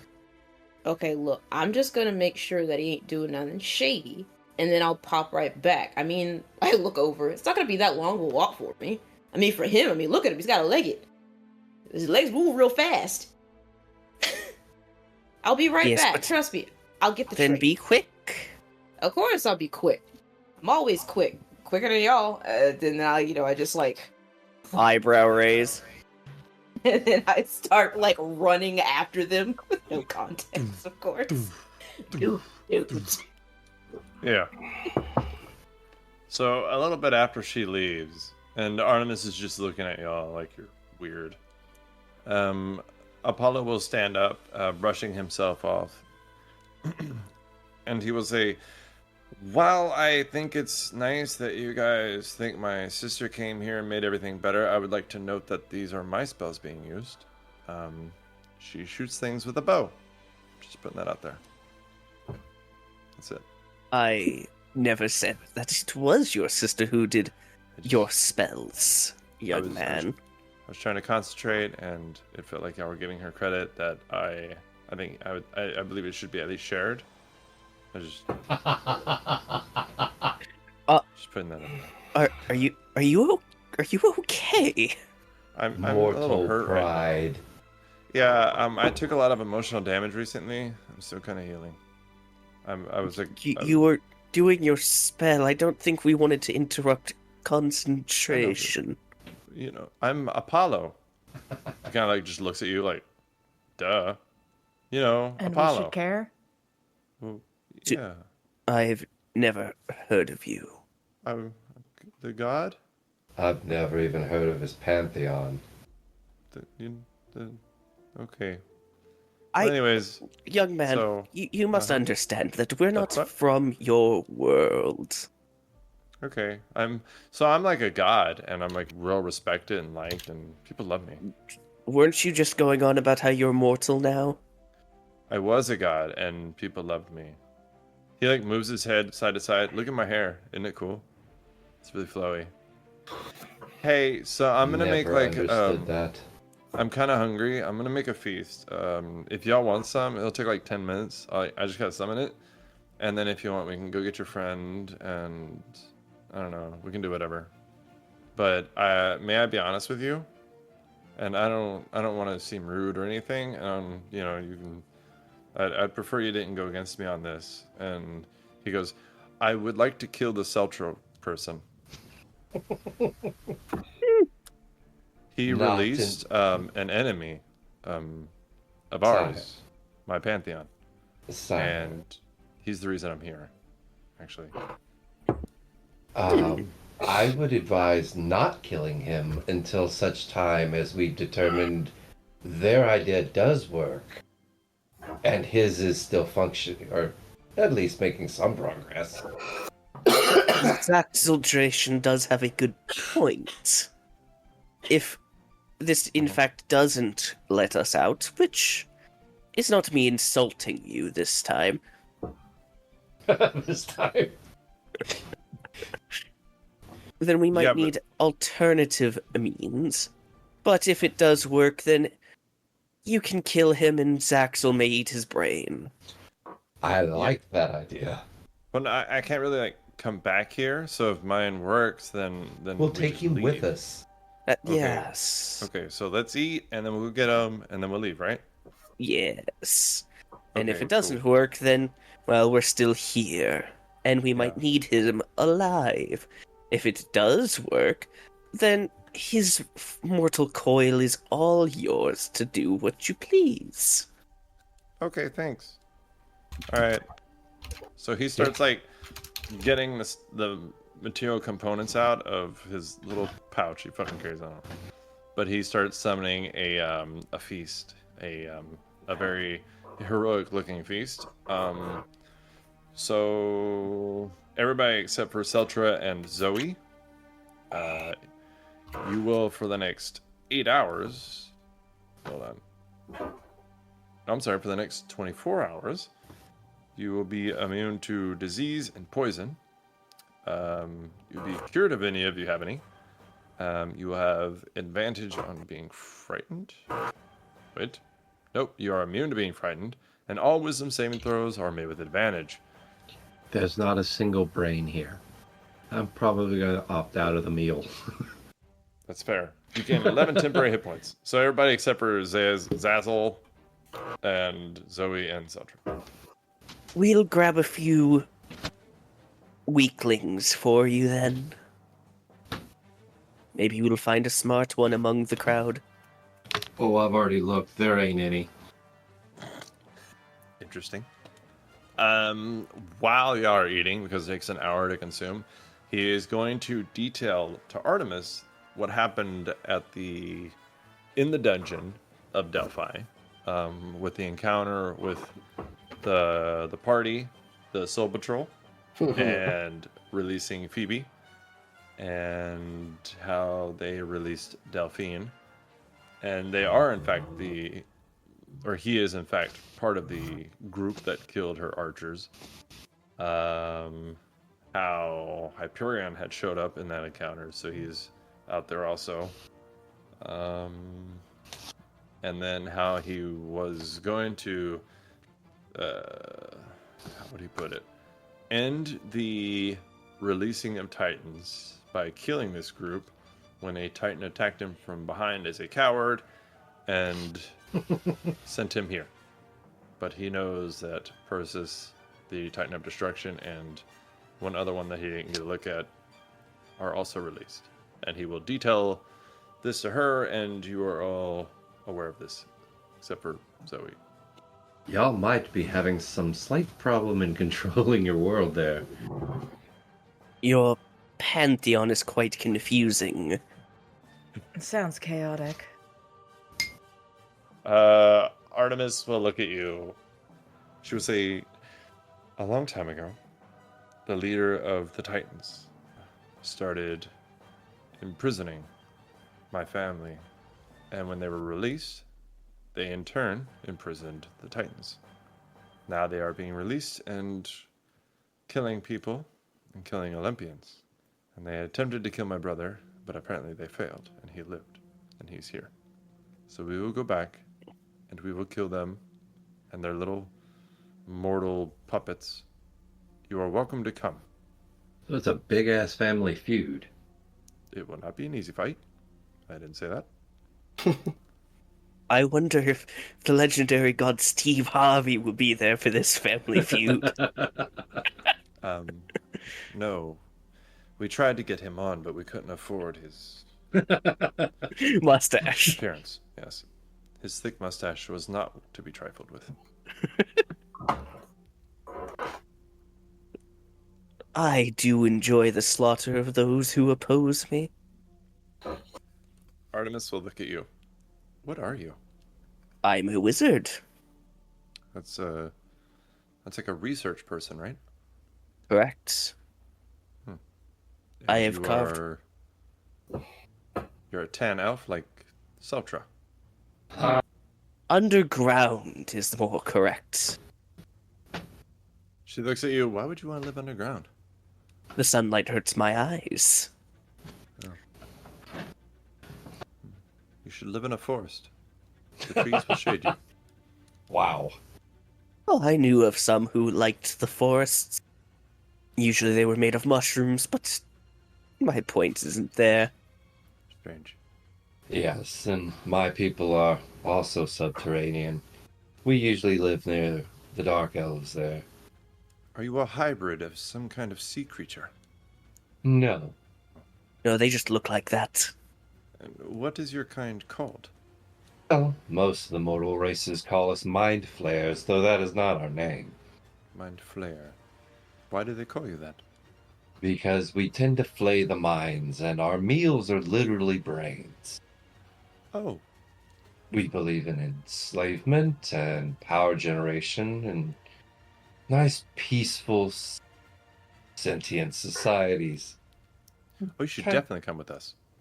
But it sounds like y'all live all exclusively above ground. Are you, I have gotten used to it, though. We've been stuck here for a long A time. long time. have y'all met the ruler here? No, Never just shown dirt. themselves. Just dirt. Interesting. It's almost an automated world. There's not really any hands-on leadership here. If nothing else, I would call this a torment plane. Like the demons would do, except there'd be more active tormentation. Wouldn't say the abyss is for torment. I'd say that's the hells. Depends on your virtues. So The what abyss is is this? just Go ahead, my lord. the abyss is just mindless slaughter for the sake of slaughter. Quite enjoyable. So what is But your still. world like? Oh, I'm sorry. Nope, I'm done. So what is your world like? And y'all are the governing denizens? She smiles. Yes, we are the pantheon that people follow and worship. Our world is glorious and beautiful, full of rich cities, sophistication, and political intrigue. We have demigods and gods. Gods will have children. Not me, of course, but some other gods. And those children will go on to be heroes slaying monsters and villains. Hmm. Do the mortals ever have a chance to... Because I'm working towards immortality, and I'm not there yet. Do the mortals ever get to have a chance to be heroes? If they prove themselves, they can become more than they are. Then gifts, items, peoples. What is your enrichment policy? If you have proven yourself to be a great hero, then all three. I know a number of worlds have a thing about slavery. We kind of keep livestock. So how does that function on your world? It's a currency. We agree. She smiles. So what is this that you're fighting against? Is it even in power, lesser, or, well, you're probably always going to say lesser, but kind of the pride of a denizen. So what are you facing? Apollo says, we should head out. We've wasted enough time. We don't want them to have too much time. They might figure out a way to defend themselves. Have we come up with has your brother come up with a means to get out of here yet? She kind of smiles. I'm sure he has an idea. He's like a dog. When he gets a scent, he wants to go for it. Well, He we just kinda all rolls want his out eyes. of here, so He starts walking back towards the castle with him a few steps behind her. Let's go get your little purple friend. Alright, Celtra. You and Razmi hastily make your way back. What's your passive perception? My passive perception is 15. 15. So, against a desert sand area, Zoe doesn't exactly camouflage very well. And she's moving at a very quick pace, so stealth isn't really a thing she's going for. I'm not trying. Yeah. So you know that across this huge landscape, like maybe at the peak of a mountain or something, you kind of look around as you run. And so you know that she's probably about 30 minutes, maybe an hour behind you, and then she'll be on you. She seems very fast for somebody who doesn't have haste. Wow, she can really move when she wants to. But yeah, so you get back in the castle. You can see the drawings are still there in the dirt. You can see all your figures and equations are still there. You have 30 minutes before she gets back, hour tops, and you don't know what her intentions are. Although she seems to be kind of a goofball so far. Let's play. Okay, so one thing I am going to do that magical tinkering can do. I can imbue a tiny object with magical property, blah, blah, blah, blah. 5-foot radius up to 6-second recorded message, a non-verbal sound or static visual effect. Oh, dang, it's 25 words. Never mind. I was going to take a picture of all that shit. And then erase it so nobody else can copy it. Yeah, it's a lot. I was just going to take a picture of it and then erase it so nobody else can copy it. I am going to use all of the information that we know. So the sand arrow just led me back to the castle, correct? Yes. So make an insight check. Insight check. Am I good at this? Probably not. All artificers are good at insight. That's a 21. All right. It's dirt. It doesn't know why you were stopping and not just going. So basically, it didn't understand what the holdup was. It was just like, go. What's your problem? If you want to go, just go. Okay. That one back. So yeah, the dirt elementals don't really seem to understand the situation. Okay. I am going to appeal to the voice again that was speaking to me that basically told me to fix the planet. Like, all right, you took me there last time. I have an idea on how to fix the planet, core, whatever, but I need to get back to it. Can you take me there again? Oh god, I can't convey this in images. A dirt person, a dirt form, will build up from the ground behind you where there's no drawings, to be polite. And then it will put its kind of dirt finger on your head. And like part of its finger will fall off as it does, and it looks a little sad. But it'll put its finger on your head, kind of insinuating that it was an image and you weren't actually there. Shit. How do I explain this to you then? Alright, dirt, land. So, and then Celtra will do his best to explain to them what they need to make to fix the core. Okay. Roll a tinkering check with advantage. Because Razmi will assist you where she can with what she can. She's not as smart as you or as good as you at it, but she'll help. 30. That's pretty good. Okay. So you teach dirt physics. There's a sentence. No. So yeah, you convey it, and it's looking at you like confused, and then as you finish, you see it's looking over all the equations in sequential order of how you explain them, like it's understanding or at least memorizing, and then you see it give a thank you gesture. You're welcome. Razmi, help me turn this to a battery. I need to turn one of those robots back. I need to turn one of those things back on. She goes, well, I don't really understand what the point of that would be. They're all they're mostly underground. There's none like above ground. So once that fire, you're right. We can't really dig them out. The big lady.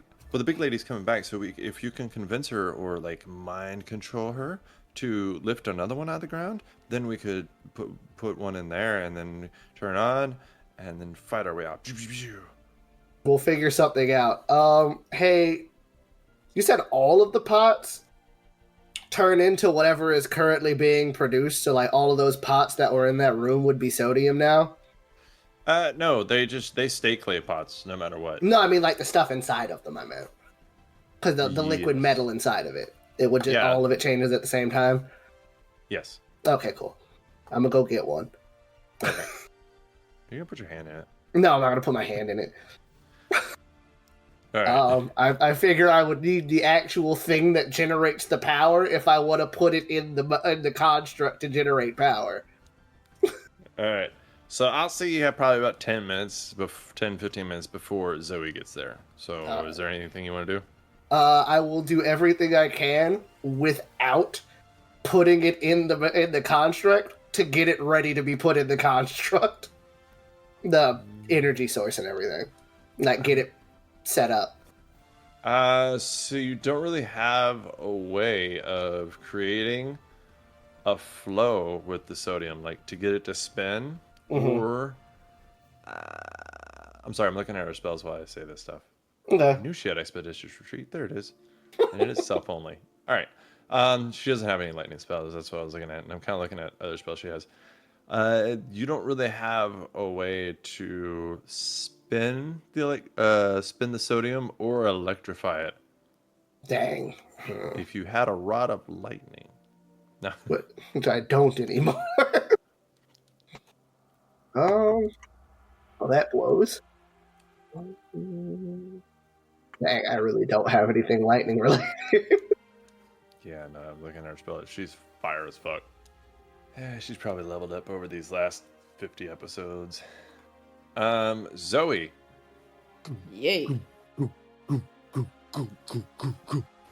You kind of run through the doorway, making dirt tracks and kind of moving dirt as you run through, and you see these two standing there. You see a redhead woman with really pale skin and freckles, and she's just kind of standing there, like smiling up at you, trying to look like a puppy dog. And Celtra's just standing there with a pot in his hand. Hey, what you up to?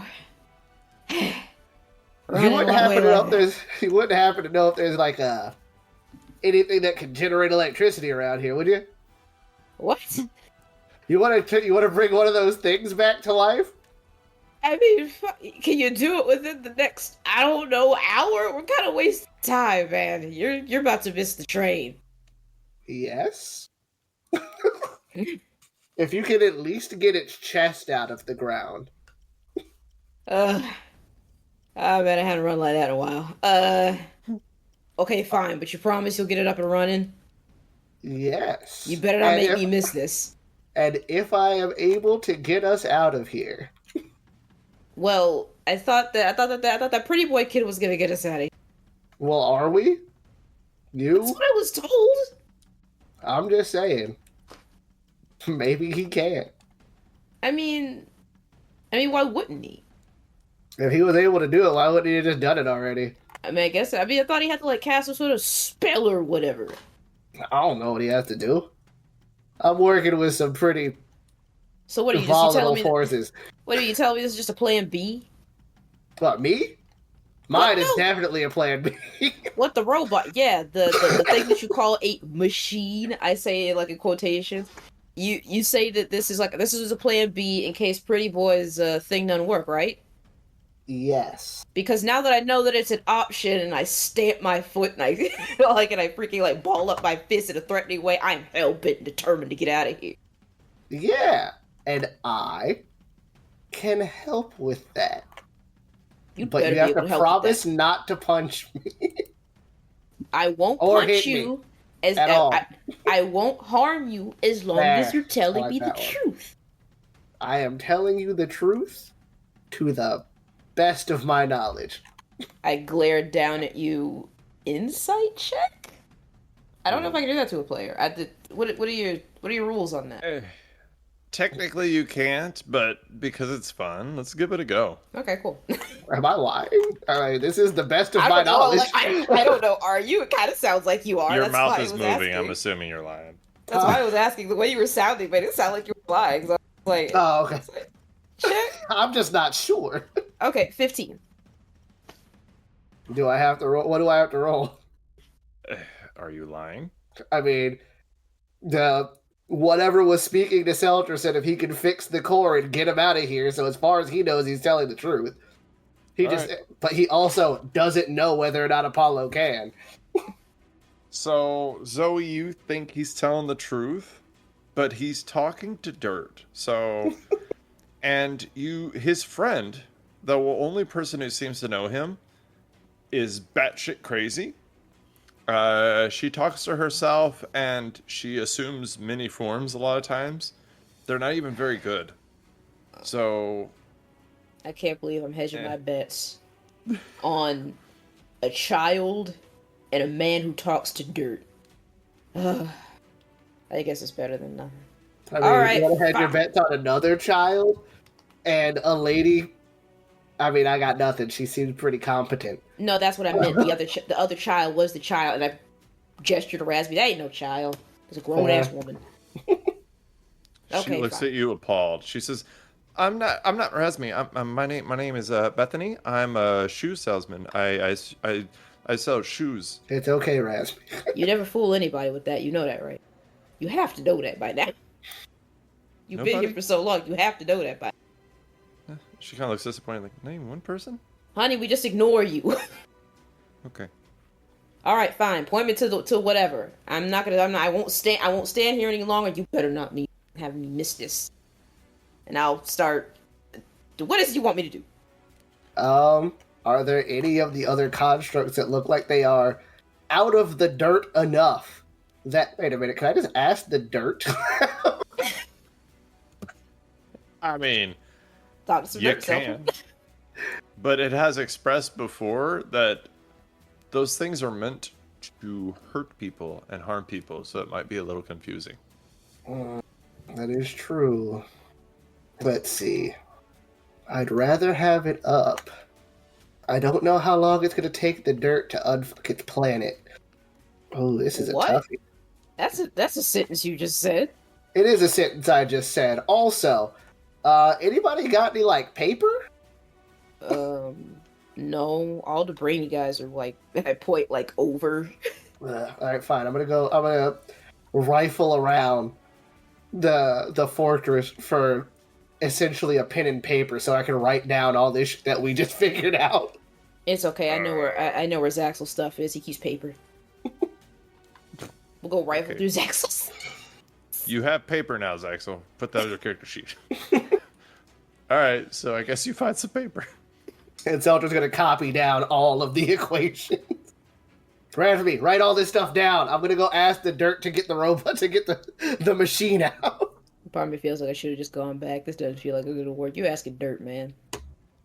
I beseech you, oh dirt, if you're not too busy fixing the core of your planet with that mind bender of an equation I just gave you, to let out at least one of these constructs that I might use it to fight my enemies. Amen.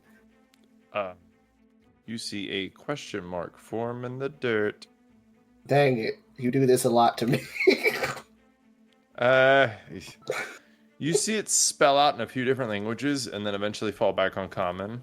And it says, what enemies? Apollo? What? I don't think he likes me very much. Because he was gonna try and kill me, and then a bunch of other people showed up and beat the crap out of him, and now he's here, apparently. What? I'm surprised he didn't say anything immediately. Oh, Yeah. I was a dog. Yeah, you were. Yeah, we were dogs. That was crazy, right? So, like, what? Now you got, like, a weird war going on with this kid? Possibly. That's weird, man. It is weird, and I'd like to not lose. Well, I would like for you not to die because you're entertaining, and while my run here, I think that's a pretty good idea. What are the what do you say you be, for lack of a better term, my pet? I don't like that phrasing. Okay, Can we fine. call it something? My jester? Not sure how crazy I am about those ones either. Entertainer? Friend? I don't know. You gotta, you know what? If you can get me out of Workplace here, acquaintance. if you get me out of here, I'll call you a workplace acquaintance that has no choice but to stay with me to keep me entertained. We can cut part of that off. Deal. Workshop it. We'll workshop it. Slap my knee. All right. If workplace acquaintance who ain't got no choice but to stay with me. We Until I gotta get bored workshop. of That's you? a mouthful. Gotta Mhm. workshop it. Lower it down. Workplace acquaintance. Don't talk to me like I'm an idiot. I'm not saying you're an idiot. I'm just saying we need to work. We need to work it down to a bite-sized couple of words. I'll come Workplace up with acquaintance. a code with an anagram. All right, fine. What am I digging up since the dirt won't do it for you? Is there a construct nearby that looks like it's something like at least the chest part can get out? Make a perception check. Alright. My perception's okay. No, it's not. 8. Can I make a perception? Well, I don't exactly know what I'm looking for. Can I make a perception check? I mean, you're looking for a construct with just its chest showing. Okay, alrighty. Oh wait, God, no, that's not the right modifier. 15? Yeah, sure. You see one with a bit of a chest up. Okay, cool. Alright. I'll shrug my shoulders and say this looks like it'll do, and I'll start trying to pull it out of the ground. Alright, so go ahead and make a strength check. Okay, it's like when I'm like... If there's one thing you do, it's strength. Yeah, I got that ballista show. Let's see. 24, finally. Bam. So you got your feet in a square position, using your quadricep muscle to pull this right out of the dirt. As you struggle, we're going to pop back over real quick. Oh. Arkoridaun, Artemis will tell you, I think we should hurry. Your follower with the fake god, is she sturdy as she looks? She hasn't died yet. Have her lead. Sure. Layla, take the front. Yes, my lord. And so, Layla, you get out front, and everybody starts running. Apollo kind of goes beside you, Xaxyl. Arkoridaun, you're headed up, and then you kind of see Artemis start to fall behind. And then you see these 4 arrows go past you, Arkoridaun.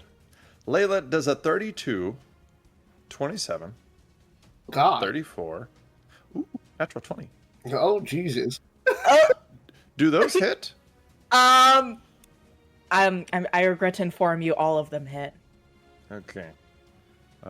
So 29 points of piercing damage, 27 points of piercing damage, 30 points of piercing damage, 34 points of piercing damage. Stop me when you're done. And 22 points of piercing damage. Yeah, I'm down. Hold on, I gotta roll radiant damage. Oh. Alright. Doesn't. Yeah. Okay. I mean, you could keep going. You might insta kill me. Oh, okay. Hang on. Oh, I was. Oh. 7 points of radiant damage. Mhm. 8 points of radiant damage. Mhm. 11 points of radiant damage. Mhm. How do I roll with a crit again? Ah, shift.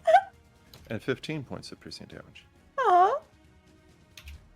So, Arkoridaun, as you're running, and you see these arrows fly by you, you see Layla drop, and you start to slow down and stop, and then Artemis kind of jogs beside you with her bow out.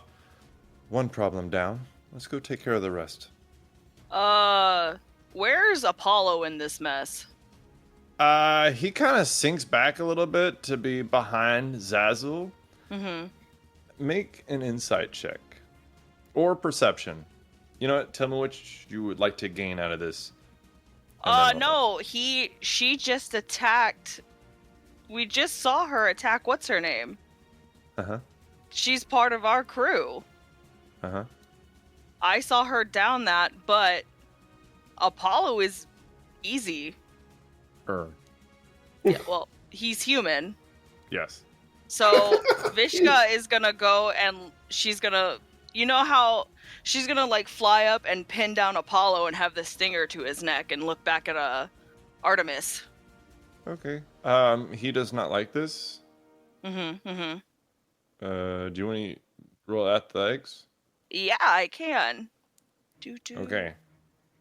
Do you want me to tell you what he got? No, I'll roll. 19. Unfortunately, he's a wily little fella. Mm-hmm. So he kind of ducks out of the way, and you see he's actually holding up his hands, and he has a flute in one of them. Because, you know, he's a masculine little fella. He's like, wait. I didn't do it. She came for you. One of ours for one of yours. He doesn't really seem to have a good response for that. He says, let's negotiate. No. Oh, okay. Alright. So, do you want to roll initiative? I will. I don't care if anybody else does.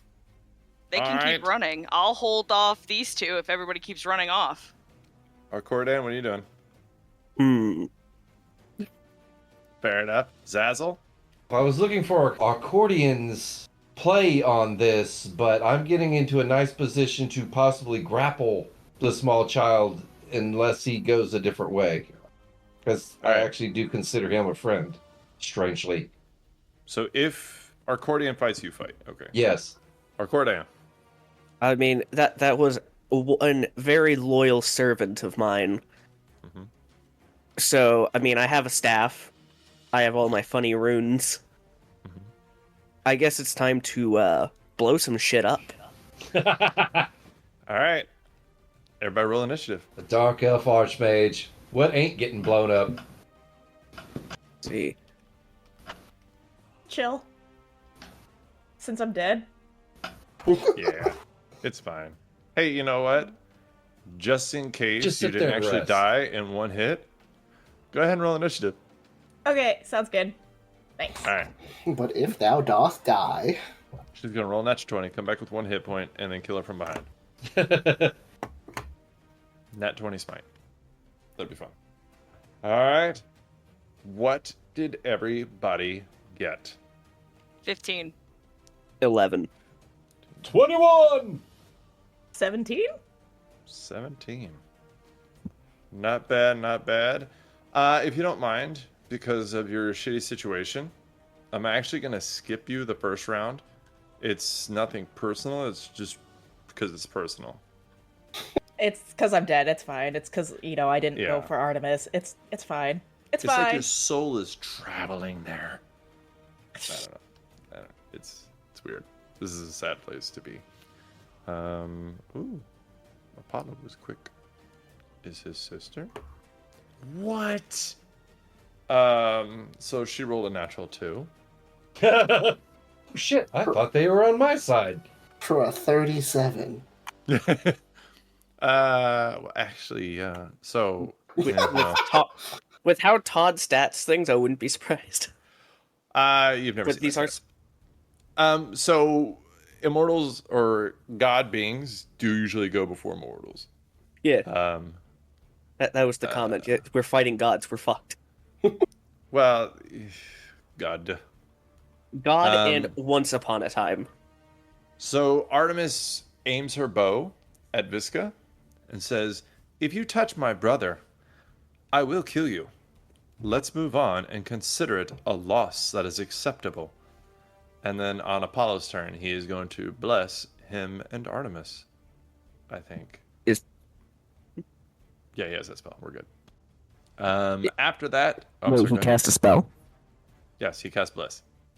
How does a counterspell sound? Sounds like he didn't cast Bless. Understand. All right. So you counterspell his Bless, and he's just kind of like, "Sister, I don't know about... Aw. Never mind." I didn't give you permission to cast. He just kind of waves awkwardly at Viska because she's like bigger than him and very menacing looking.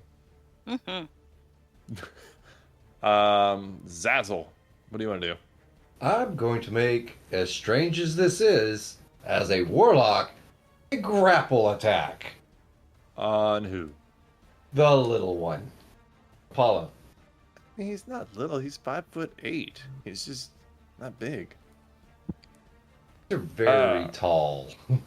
So you're trying to do a tentacle attack, which will grapple if it succeeds. Okay, so go ahead and roll your attack to hit. Alrighty. That is a 22. A 22. Yeah, this son of a bitch rolls good. All right, so yeah, he is grappled. And he has an intelligence save, right? Or is stunned? Must succeed on a DC 16 intelligence saving throw or be stunned until the grapple ends. Okay, so I will go ahead and roll his intelligence saving throw. No. That is an 11. Yes. All right, so he is stunned. It's been a while since we've used this, so I'm going to go ahead and just read off what stunned does real quick, just as a reminder to myself and you. You are incapacitated. He can't move and speaks only falteringly. Attack rolls against him have advantage, and he automatically fails strength and dexterity saving throws. Apollo, you gonna die. All right. Is there anything? Instantaneously, it does do 10d10 piercing damage, and I might have to do that more than once till he hits 0. Not too many. But then I roll. Yeah. All right. Is there anything else you would like to do with your turn? Savor a very long missed meal. Ooh, this is about to get really, really bad, really, really quick. Oh shit, that's actually a good roll. That's a damn good roll. 21 damage. All right. Psychic. Does he have anything? He's immune to radiant, and that's it. So 21 points of psychic damage. You got it. Oh, that tastes so good. He does taste very, very sweet, like a sweet nectar. Delicious. God. Oh, that's good. All right. Viska, is your turn. What would you like to do? Artemis has her bow aimed at you, but you see the horror on her face as she is looking at Xaxyl. Yeah, Xaxyl's got the little guy. I'm gonna go and square up with her, because if I can keep her distracted, the rest can pelt her. All right. So I'm gonna move over to her, and I'm gonna make 3 attacks. I got multi-attack. Let's go. All right. Let's see what you got, little punk. First attack is bad. How bad? It was an 11. Second attack is a pretty bad. 24. That's the That will claw hit. attack. And the tail. Mm-hmm. Tail's the worst part. 19. 19 will not hit. She's very dodgy and seems to have some kind of god-like thick skin. The claw damage is 8 slashing damage. 8. All right. I'm right up in her face, by the way. Yeah, I know. She's gonna have to duck and roll. Mm-hmm. Okie dokie dokie. So with that, Arkoridaun, it is your turn. You see Viska up in the grill of this archer. You see Xaxyl has the boy by the brains. What would you like to do? Man, this is all so crazy, you know? Just so much crazy shit going on. Would it be a shame if, I cast Magic Missile at 5th level? Alright. Let me just double check how many that is. That's 4 additional ones, so 7 darts. Alright. And it's targeted all at Artemis. Oh, that's not great. He just pats his staff on the ground, touches one of the runes carved into his face, and says, "This isn't going the way you thought it would." So let's see. And it's just Magic Missile, so it immediately just goes and as all of these arcane purple missiles start flying out of his staff. So 74 plus 1, I think. Well, it's 74 plus 7. Oh, yeah. There we go. 24 points of force damage as these all fly at her and hit her. Well, fuck. Oh, yeah, which reminds me. Viska, are you considered magical with your weapons? I think so.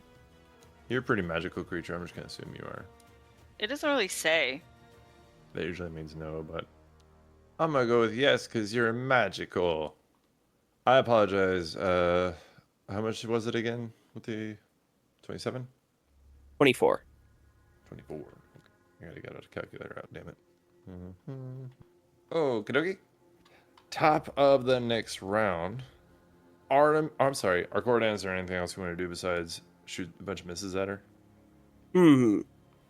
How far away am I from everybody? You're wherever you want to be. This is kind of the walking thing. I think I'm good. That'll be it. All right.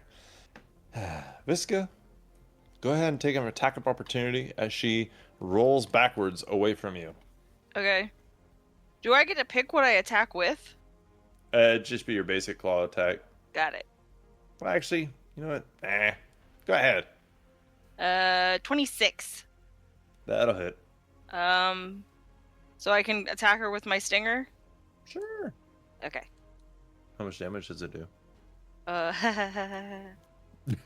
What's your smallest damaging one? Do that. Is that for real? No. Oh, okay. That's just me. So Viska will strike out with her tail as she dodges away. She does 9 piercing damage plus the rest of it is poison, so 25 damage in total. Jesus. And she has to make a Constitution saving throw. Constitution saving throw. That's a 23. Yeah, that's a pass. Fair enough. Well, she's not immune to being poisoned. Alright. So she is going to roll backwards, and her white shining bow is going to come up. Mm-hmm. And those 4 shots you saw go into your friend Layla are about to go into you. Yeah. 34 to hit? That hits. Jesus. 36 to hit. Mm-hmm. You do realize almost everything's going to hit at those numbers. On that note, 18 to hit? 18 does not hit. Yeah. 21 to hit? That hits. Okay. So 3. Alright. So first one is 39 piercing, 14 radiant. I have to ask real quick, are these attacks magical? They're super magical. Okay. Because it says from non-magical attacks that aren't silvered. So Yeah. I just had to make sure. Okay, what was it was 36 and then what was it? 39 piercing, 14 radiant. Mm-hmm. 40 piercing, 10 radiant, 25 piercing, and 13 radiant. I'm still up. Let's go. Holy shit. I'm hurting, but I'm up. Alright. So after that, so after she rolls back and takes these pop shots at you, Viska, the earth around you seems to tremble, and you see her having some trouble, like, staying on her feet. As you see behind her, dirt piles and piles away from itself, and just seems to keep growing till it's about 14 feet in the air, and then it falls away, and you see this rock figure standing there, and it seems like it's just a pile of rocks that's held together by nothingness, and it seems to be just pulled towards itself, and you see this deep darkness in the center of its eye space, where eyes are supposed to be. You don't see any pupils, you don't see any eyes. You just see these rocks and then loose rocks floating around it as it just looks down at Artemis, and you hear kind of like a grinding noise. And I'm gonna take a slam attack against Artemis. Alrighty. For a 26 on the first hit. Not 30. Oh, natural 20 on the second hit. So I got a 39 and then a 20 on the last final hit. Alright. So, unfortunately, because we're in combat, natural one's a natural one. Yeah. Alright. It's funny that I got a natural 1 and a natural 20. Well, there you go. Alright, so the 26 and the natural 20 definitely hit. Oh god, math. Okay, so I'll do the first. Okay, 20. 20 for the first hit. And then, how did you want to do the crit for this thing? I don't usually do it with NPCs, but you're a player playing an NPC. So go Yeah, ahead that's why and I'm asking. do it like we normally do. Go ahead and do max damage dice plus roll dice. Okay. Oops. Because, why not? Hi, it's fun. Oh. Oh my god. I'm so used to it with other characters. 53 for the second hit. Ow. Damn. You see blood Slam that now. bitch. Wait. Clipped. Alright. You see this kind of golden red mix of blood spray on the ground and maybe a little bit onto you, Viska, as this large creature just slams down onto her, kind of giving her the business. Stop. No. After that, Apollo. Yes, in his stunned state. He's just a human now. Nope, nothing he can do. Yeah, that's what usually happens when you get wrapped up by my flare. So he's going to roll an intelligence saving throw at the end of his turn to get out of the stun condition, but that's it. 4.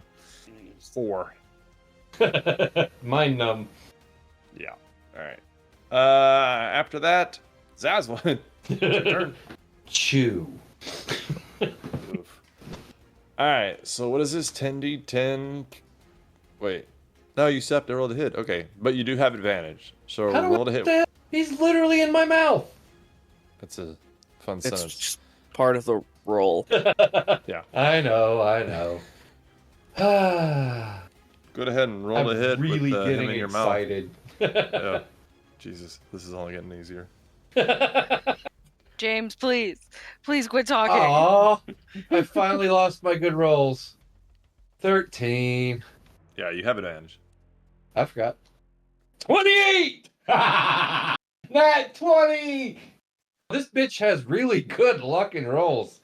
So go ahead and roll 20d10 as it is a critical. Oh, this makes my fucking day. Apollo's gonna get killed by somebody not in the campaign. This is a sin. 113 damage! Oh my god, that bitch is dead. Is there anything left of him? Apollo He is slurps gone. that twink. Viska, Yeah, you can't see behind you, yeah. but you can see Artemis's face as she's getting hit and still looking past you. And you see horror on her face, paleness in her skin, as the brain of Apollo is sucked out of his skull and eaten by Xaxyl, and the husk of somebody who used to be a god, a celestial being, fall to the ground as Apollo is permanently killed by a mind flayer. A very slight burp. Did you say burp? Yep. So fucking funny. Well, okay. Viska, it is your turn. I Now can't for follow Athena. that up, but I'm gonna go for Artemis. Okay. Artemis. She's getting her shit kicked in, but I'm gonna still attack her. Yeah, she is. But she's not bloodied. Not yet. Is she just right there, still being attacked? Yeah, she has a big rock guy in front of her right now, so she can't go too far. Okay. 20 for one claw because I missed with the first one with a 15. Unfortunately, a 20 will not hit. Bastard. 19, so all of my attacks miss. Yes. She's bobbing and weaving as you see her eyes narrowing, and she looks at you. You feel like she's undecided as to what the fuck she's gonna do. Not much I can do, so that's the end of my turn. Okay. Arkoridaun. Do you see what's going on? What do you want to do? Let's think here. We don't really do that on this podcast. Oh shit, I'm sorry. Hergerberger. Exactly. Let's see. That's too much of a sucker save for what I want to do. You know, so she's currently surrounded. She has someone in front of her and someone behind her. How does a... Let's just see. How does a 5th level Scorching Ray sound? Let's find out. So that's going to be 5 rays of fire. But I'm going to use my lovely alter energy type and make that force damage.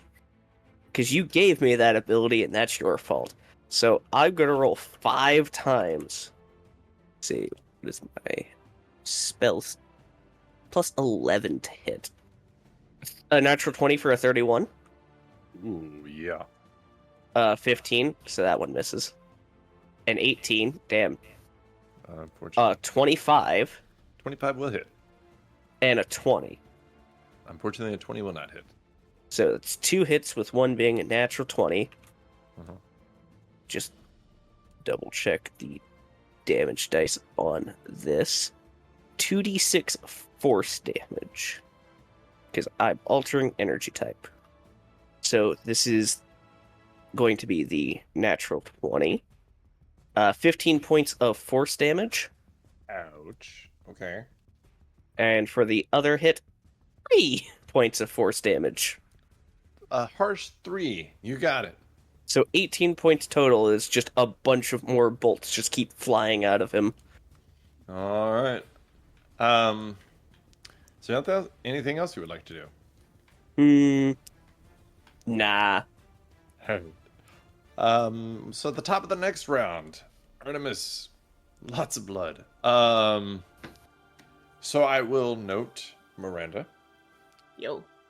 you would know that if killed, she will go back to Mount Olympus. Yep. But you have the means to take away her divine celestial birthright. But she cannot be killed.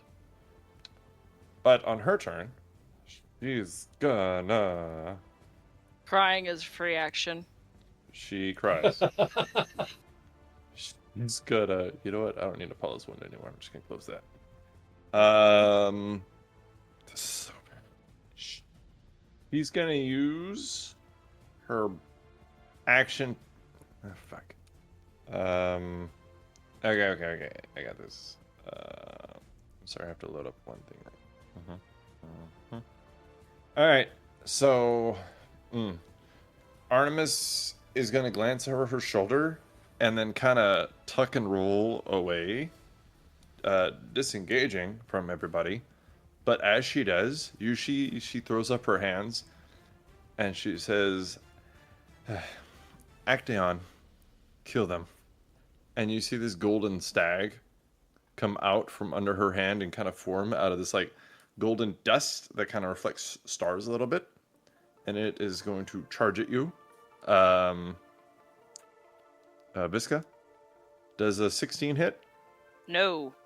Shame. Does a 17 hit? Nope. Shame. Okay, so it charges at you and does nothing.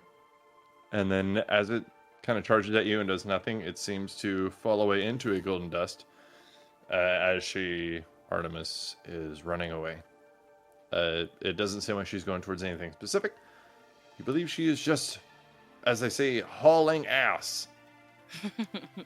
But she runs 50 feet.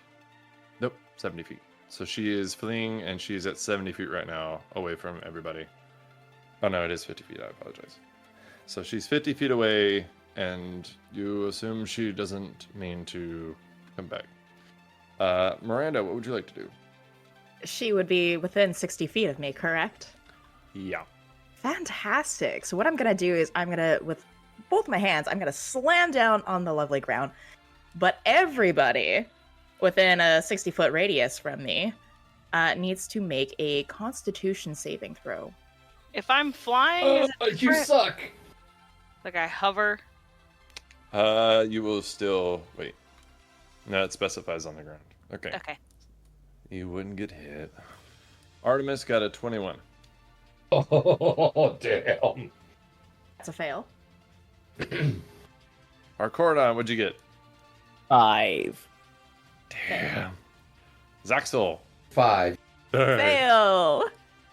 Oh boy. You fucking suck, by the way. Don't fuck up your friends. Who said anything about friendship? Yeah, you don't know this person. Ally? You have never seen this creature before. Oh, I'm sorry. I thought that was... Nope. Oh, No, sir. this is something All very right. different. Y'all ready for this? Are you fucking Eventually. kidding? Ooh. That is a lot of damage. That is an absurd fucking damage. 136 bludgeoning damage. You are knocked prone and stunned until the end of my next turn. Question. Who the fuck just hit me? Theater of the You don't mind know. got fuzzy. The gold. The The giant big rock ass creature. Yeah. The big ass deer? No. No. The big ass rock creature that popped up behind Oh. Artemis. Well, I thought she was fighting her, but okay. It was. Yeah. And then Artemis went to run away, and this thing slammed to ground, effectively stunning and almost killing. Damn it, Artemis. that was my fucking move. Okay, so you see Artemis running away, and then as she's running, she kind of trips and falls a little bit and has her hand on her head as she spits up blood on the ground. Very, very, very hurt. And I'm gonna use the rest of my turn to move towards her. Oh no. Can you move 50 feet and around? I can move 40 feet at least, unless I burrow and move 100 feet instead. Yeah, you can if you want. Yeah. So much for a second course. Alright. Which is mine. Oh dear. So after that, Xaxyl, it is your turn. What would you like to do? Keep breathing. I'm stunned for the next minute. I have 4 fucking hit points. That whipped my ass. 4 hit points. Jesus. Alright. Let's see here. Viska, you are not stunned. You saw this giant rock creature slam the ground, hurt your allies, but also Artemis, and then you saw it like just glide or just melt into the ground, then pop up over by Artemis. Yeah, following that thing is not a very good idea. I saw what it just did. Mhm. I'm gonna hang back with the group while it chases Artemis. Okay. I guess go check to see if our Arkoridaun's still alive. Is he? Yep. Okay. That's not enough to kill him. All right. Man's a badass. He's too strong for that shit. What, you He's got also like 2 hit wizard. points? No, I have 7. The two I wizards have- got their ass kicked. I'm just gonna hang back with the group. We should they look probably pretty hurt. maybe go help our Arkoridaun up off the ground. I know he's stunned, but we should probably get the fuck out of here. All right. Yeah, we should just not be here. Yeah. Or at And- least around them. Yeah. Just to clarify, Miranda, they're stunned until the end of your next turn. That is correct. So Artemis will continue spitting up blood. Am I able to pick them up and carry them? Yes, you can pick them up and move them half your movement. Okay, so I'm gonna grab Arkoridaun and I'm gonna grab Xaxyl, and we're gonna move out. What's your total movement speed? It says 40 feet and then 40 feet flying, so 20 feet. Okay. So you're going to move about 70 feet away from them. So in case she does it again, you will not be caught in it. Yeah. That will end me. You're flying now, so it's fine. All right. So it's your turn, Miranda. She can't do anything. Crush that bitch. Yeah, that's what I was thinking. I'm gonna spring up and smash. All right. Let's Well, see. I guess let's find out. Let's see if you can knock her out. Let's see. You have advantage on all of the attacks because she's stunned. Yep. Hey, if we can knock her out, we'll throw her on his stick. She could torment there for a while. Oh, that's... Okay, before I continue rolling the rest of them, how hurt does she look to me? She's actually at about a quarter of her hit points. Okay. So very. So fairly hurt, yeah. She's very hurt, but she's still a god. Okay, so Yes. 27 for the first hit, 27 for the second hit. Weird. Oh god. And eventually a number for the third hit. Uh-huh. Come on, you can roll the second one. I believe in you. There we go. 29 for the third one. Okay. All 3 hit. This is fine.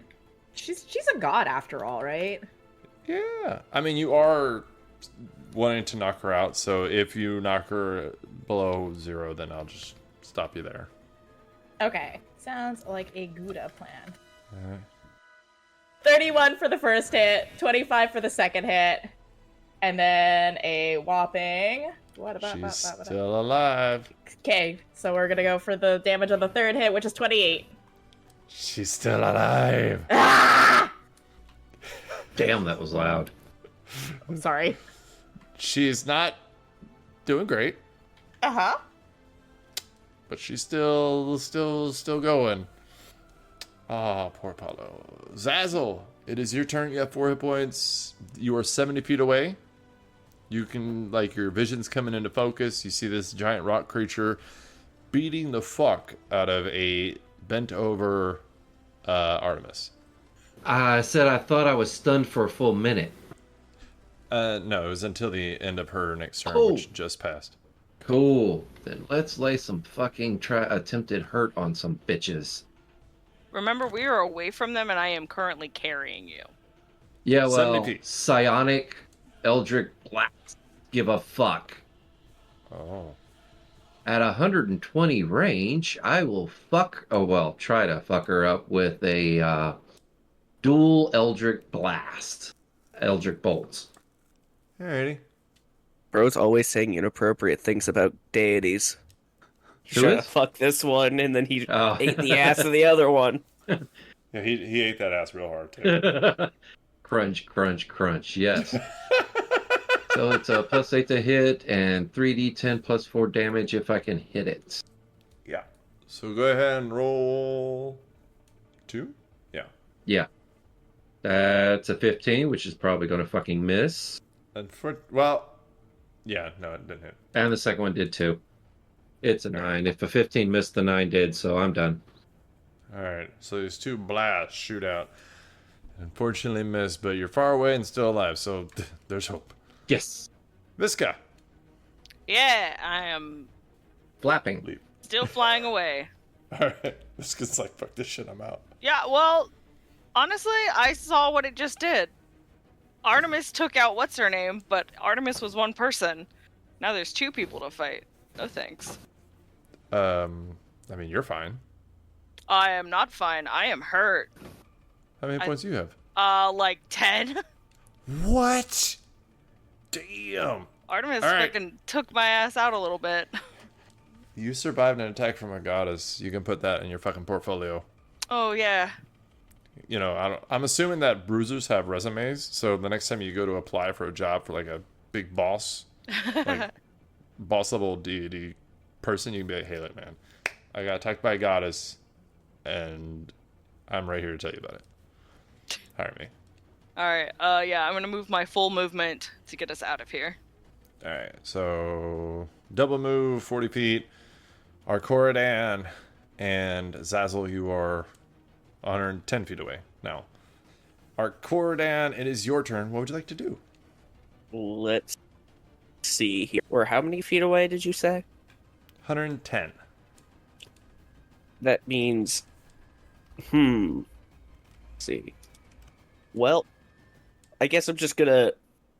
I have no healing spells. All I have is healing potions, so I guess I'll from the one shot forever ago now. And they are, I think, greater? I don't remember. And I got a few of them, so I'll just... Yeah, they were the greater ones. And I have 3 of them. I'm just gonna hand Xaxyl and Viska one. Cheers. And he'll take one. That's Action, awesome. pass them out. Pass each of them one, and then bonus action, take one myself. 4d4 Yeah. plus 4.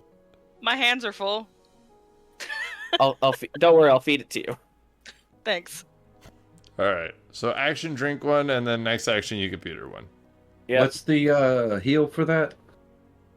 It'll be 4d4 plus 4. 44. Yeah, but do it on your next turn because it does take an action. I don't know if you want to do that or fire another bolt. So hold off on it for now. Don't roll yet, James. 13 hit points. I am now up to 20. Hey, it means you can survive another Earth Slam thing. Yeah, you're good. Oh yeah, I can survive a 5th of one.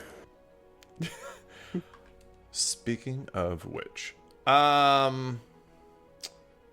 Artemis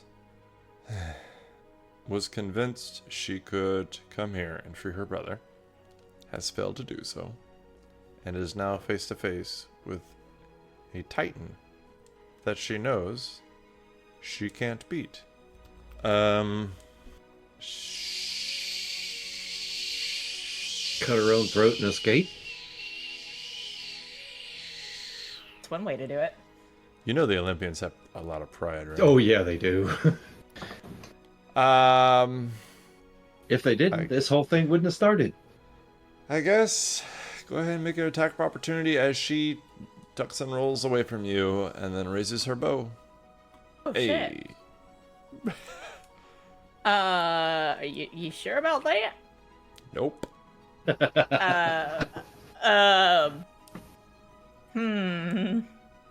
34. Alright, that will hit, so go ahead and roll damage. Okay. This attack of opportunity as she rolls away. Hey, look, I did it. 34. Really? Okay. Holy shit! Max damage. She's still alive, but For now. she's in the teens. Oh, she's She's gonna gonna- be you're fabulous. She's gonna fire 4 times at you. Does a 26 hit? Oh, yeah, it actually does. Does an 18 hit? Nope. Does a 20 hit? Nope. Does a 21 hit? Nope. It's a mean fucking golem. She rolled so damn bad. So did Alright. Apollo. 1 hit, 26 points of piercing damage, and 6 points of radiant damage.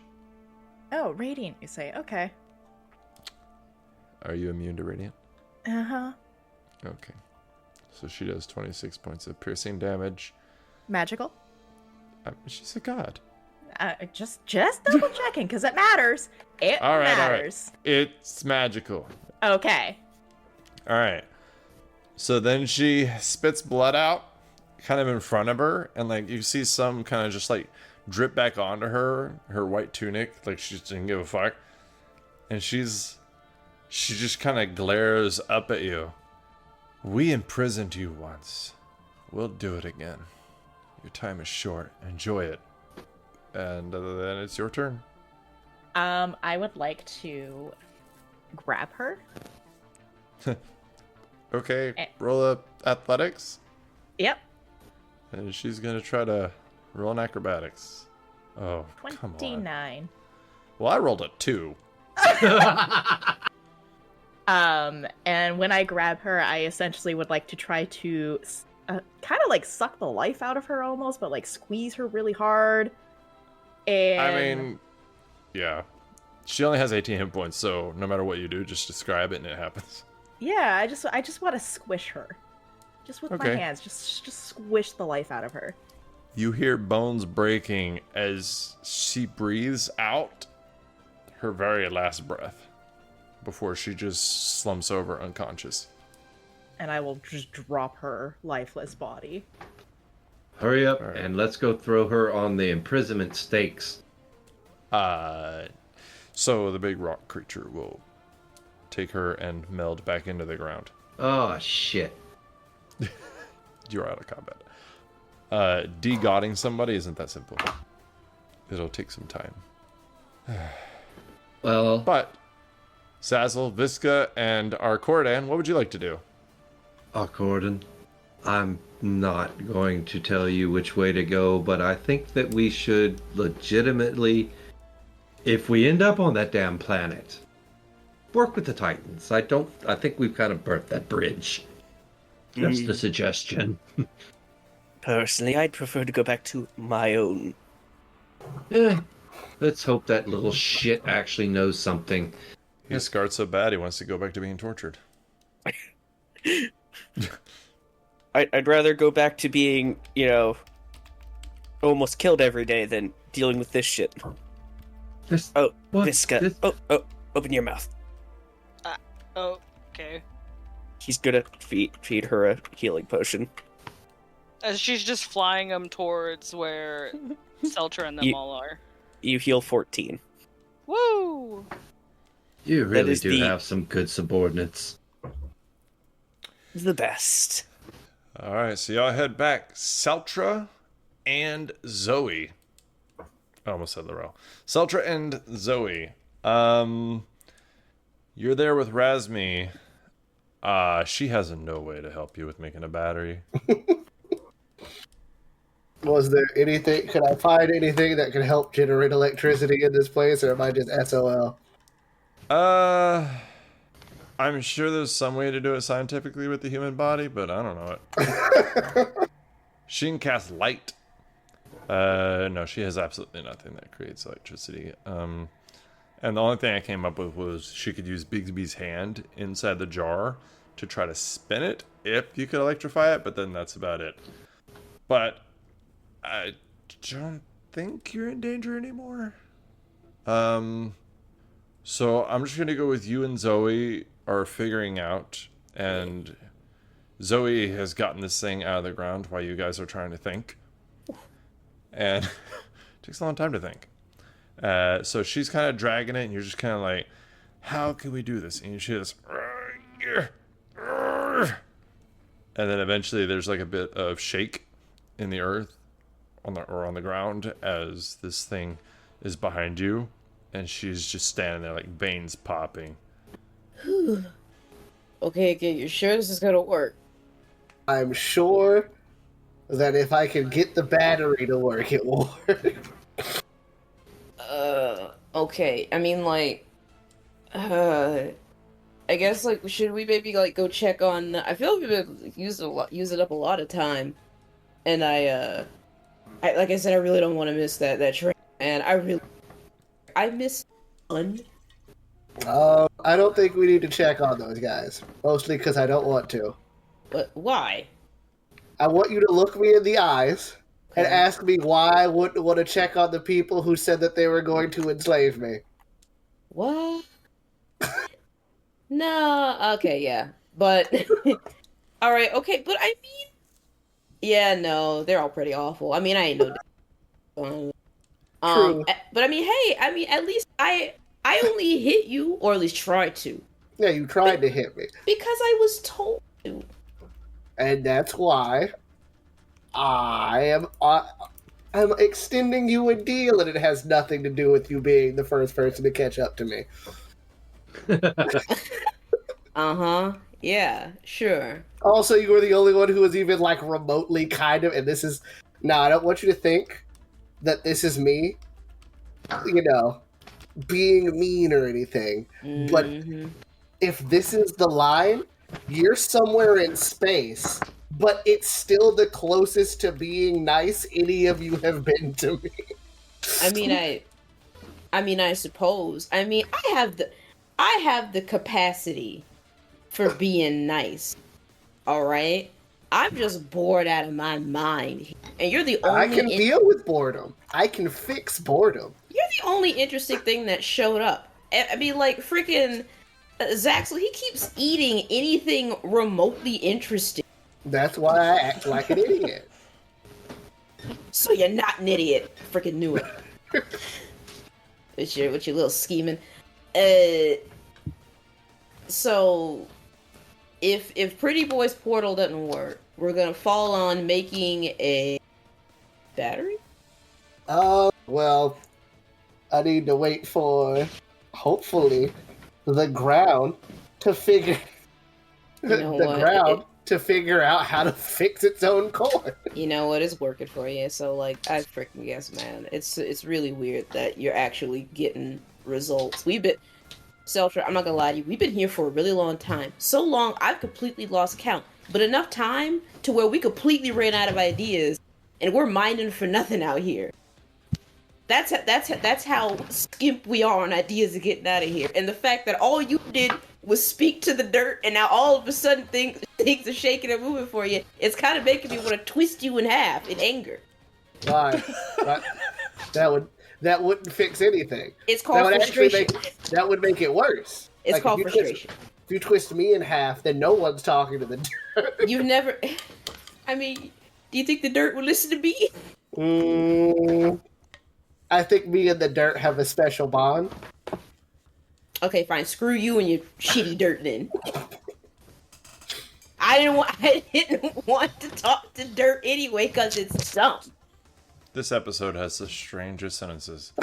It really does. If anything, that should probably be the title of this one. There you go, Brittany. Look, either way, how long is this gonna take? I don't want to miss that portal. I'm gonna be honest with you, I don't know how long fixing a core of a planet takes, but I hope it's not that long. I'd rather it be done. I'd rather it be done before the rest of them catch up to us. Why? What are Because you doing? I don't want them to come with me. Why? Because I don't know how I can make this any more clear. I don't like them. You know what? I won't even sit here and ask why, because it's pretty obvious as to why you don't like They them. can stay here and starve and never die for the rest of eternity for all I care. Whoa, buddy, pull up, man, easy. Like, fucking... You know, they have their redeeming qualities. I haven't seen one. Well, you have to. I mean, you gotta get to know them first. I They mean, I didn't thought. seem like they were the kind. I mean, I got to know them. They're pretty. I mean, How long did that take? 100 or 2 years? I mean, okay, it took a while. I ain't got that kind of time. I have people to get back to. Oh, you got people to get back to. So do I. Well, I if you know help what me, Uh-huh. I will do my best to help you. I'm not helping them. Okay, fine. What happens if it doesn't work? You're gonna have to help them either way. If it doesn't work, then I will Yeah. If it doesn't work, I'll kill all of us. Anyway. No! Why would you do something like that?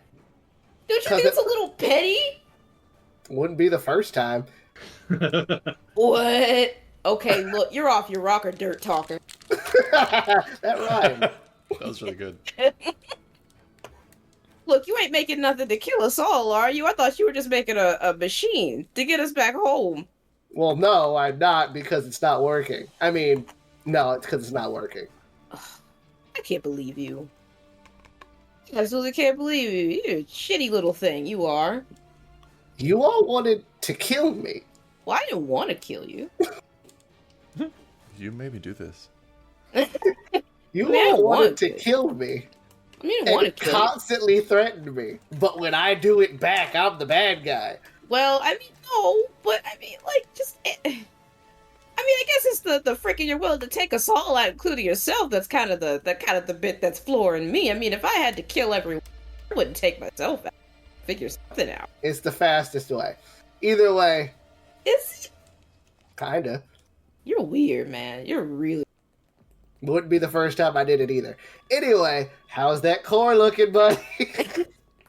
Okay, look, I'm gonna leave you to your dirt. I'm gonna leave you to your dirt. I guess I should go at least check up.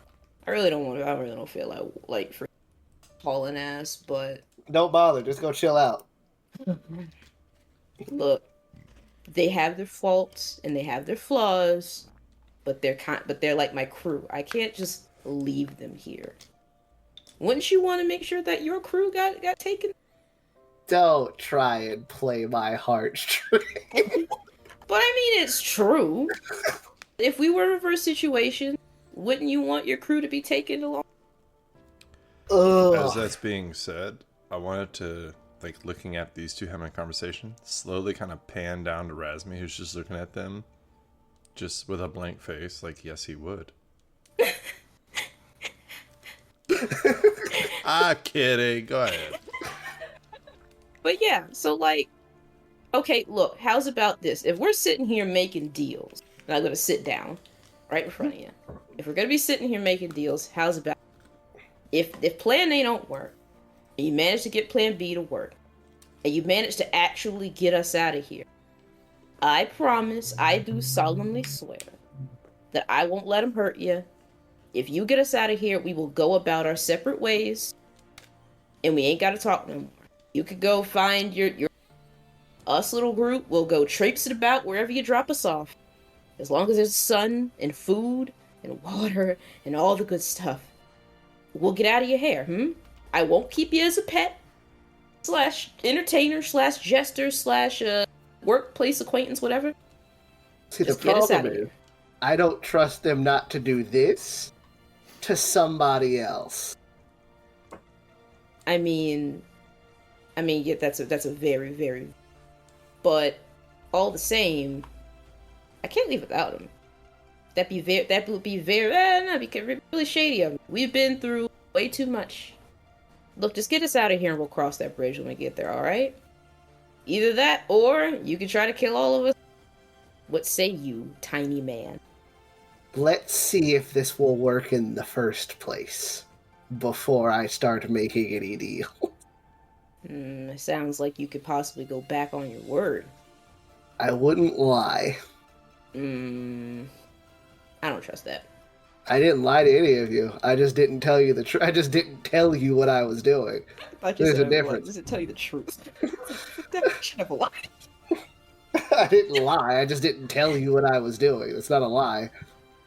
No, man, that's shit. You assumed I didn't know what I was doing, and I let you do that.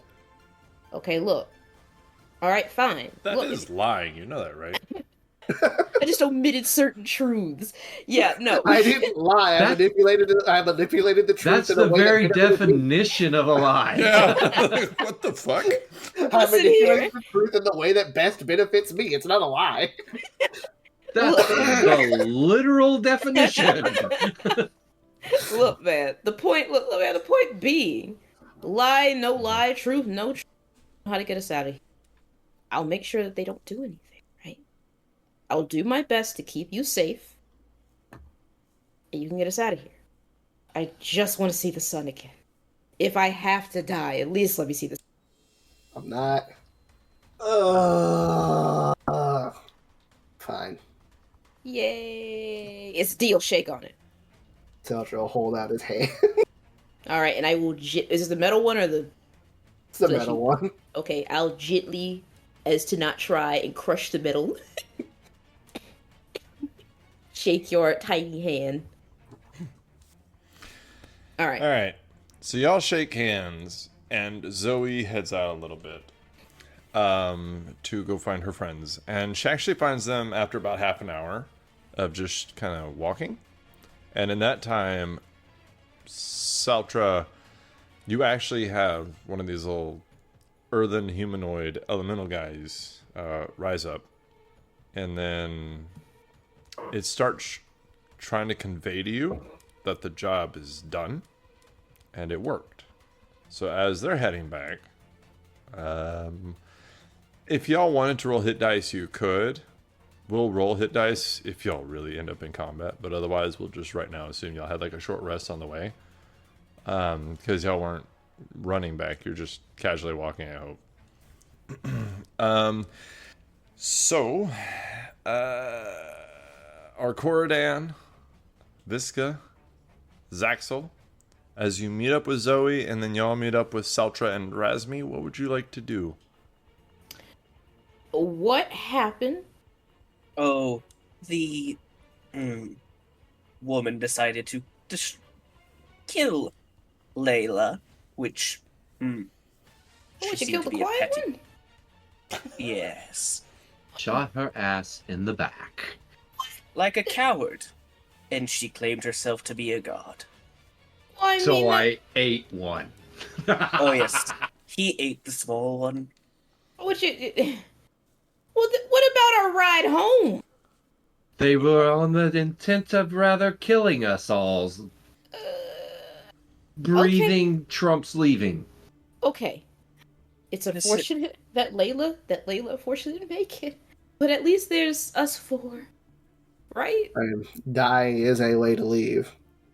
Not Yeah, my book. Celtra, you did hear that Zazo killed the young one, so you know he's talking about Apollo. And you do not see Artemis. He also said that he ate him. So I'm not a big fan of that either. Really weighing the pros and cons of just leaving them fucking here. Okay, well, look. Regardless, I've been talking to Celtra, and we're working on a plan B in case plan A didn't pan out, which, damn, that didn't plan out. So, we're working on a plan B, and, Celtra, what's the ETA on that? Do we know? Are we gonna have to sit here for another 100 years? More than likely not. Ooh, okay, that's good. What you thinking? The Earth Elemental told me it was done, correct? Yes. And, what's it called? The Titan told me that if I was able to fix it, that he'd get me out. Yes. Alright, soon. Ooh, okay. But I have stipulations. We went that. Huh? This little man says to you. What are the stipulations? Well, we didn't talk about that. No, we didn't. But you guys did just admit to openly eating somebody. They in the brain. attacked us. Yeah, that was self-defense. Would you never eat somebody? I don't insult you for having lunch.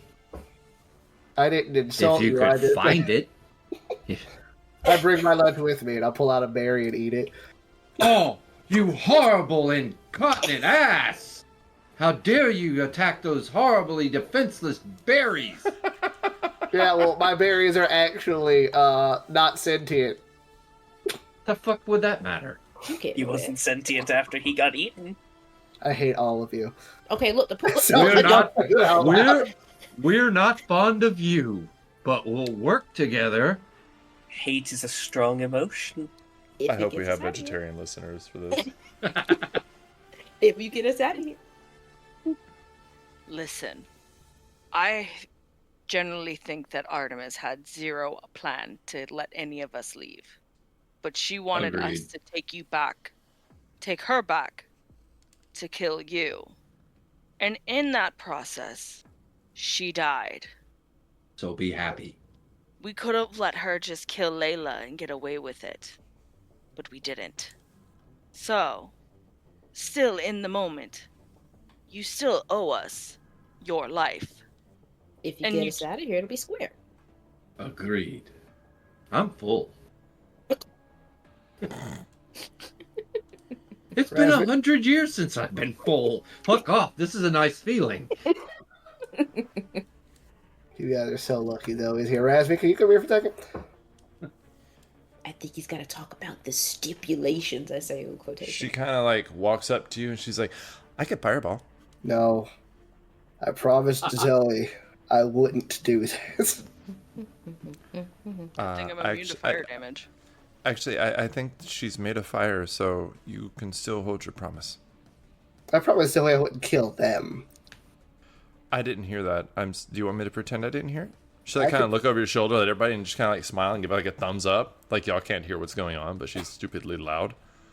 Yes, please pretend like you didn't hear that. I just thumbs up with an unamused look on my face. She's like, yeah, what's up? What are we doing here? What's the play? I just want to make sure you don't get left behind if this works. Well, thanks. Why would you leave me behind? You came here for me. That's true. I just want to make sure that if it's a small portal, you don't have to run from across the field to get here. And Don't worry. I reread my spells. I have Expedition Retreat, and I can cast it. I'm okay. Alright. Did the Titan ever tell me its name? I keep calling it Dirt. No. She's, so really, are we taking these, she kind of looks, people with us? I'd rather keep an eye on them. I don't They ate want... somebody. That is true. Maybe I could just kill him. I don't usually agree with things in statements like that. However, he ate somebody. I mean, let's pretend for a second that we're in a camp out in the forest under the night sky and everything's pretty, and we go to sleep. You're out in the woods. Your cars. You're all turned around and you can't find your car. Out of nowhere you see him. Shia LaBeouf. Yeah. If you trust him, I trust him, but I don't. I sincerely don't. I also don't trust him around the fact that there might be people here. My liege, is he seriously having a fit over me killing his enemy? I'm not. Oh, it's not over you killing the enemy. It's over you killing a sentient, like you've never killed a creature. We're whispering, if you don't mind. Not very well. Yeah, you guys kind of suck at it. Is this what you call a stage whisper, and we're supposed to pretend we can't hear you? I think they're trying. They keep Also, you missing have the made it backslash. completely open that you intended to eat me as well, and I'm not a big fan of that. That was if you turned out useless. Who hasn't wanted to eat a friend among friends? Once or twice. I mean, seriously. He's threatened to eat me a couple times. Several. I would never eat Celtra. He's too small. And most of me's made of metal. I don't eat much. I'll only get a little. Very important section. A little bit of eating, a little bit of violence among friends. It's what we do. I would rather keep an eye on them. Razmi kind of looks at you curiously, Zoe, and she's like, I bet a lot of people could eat her for a long time. I could definitely, feed a whole village. I don't like the turn this conversation's taking. One small meal. I'm not worth eating. Yeah, you're Viska's all bone. Funny. She kind of gives you a disgusted look, like, ugh.